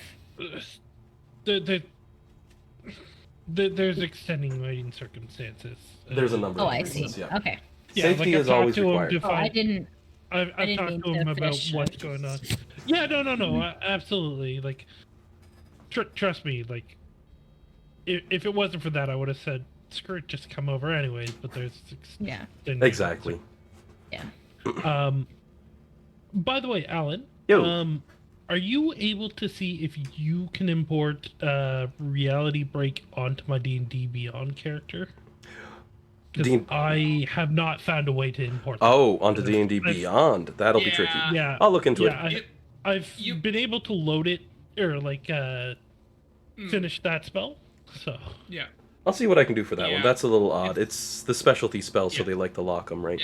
I have to say I wish that D&D Beyond had better features for overriding like standard stuff. Like you should be able to click a thing and go like, yes, this is against the rules, but we're doing something homebrew. Like let me add an because like for example, like if you have like say like a sorcerer or like somebody else that like isn't like a wizard who can like learn, because where wizards can just learn as many spells if they want.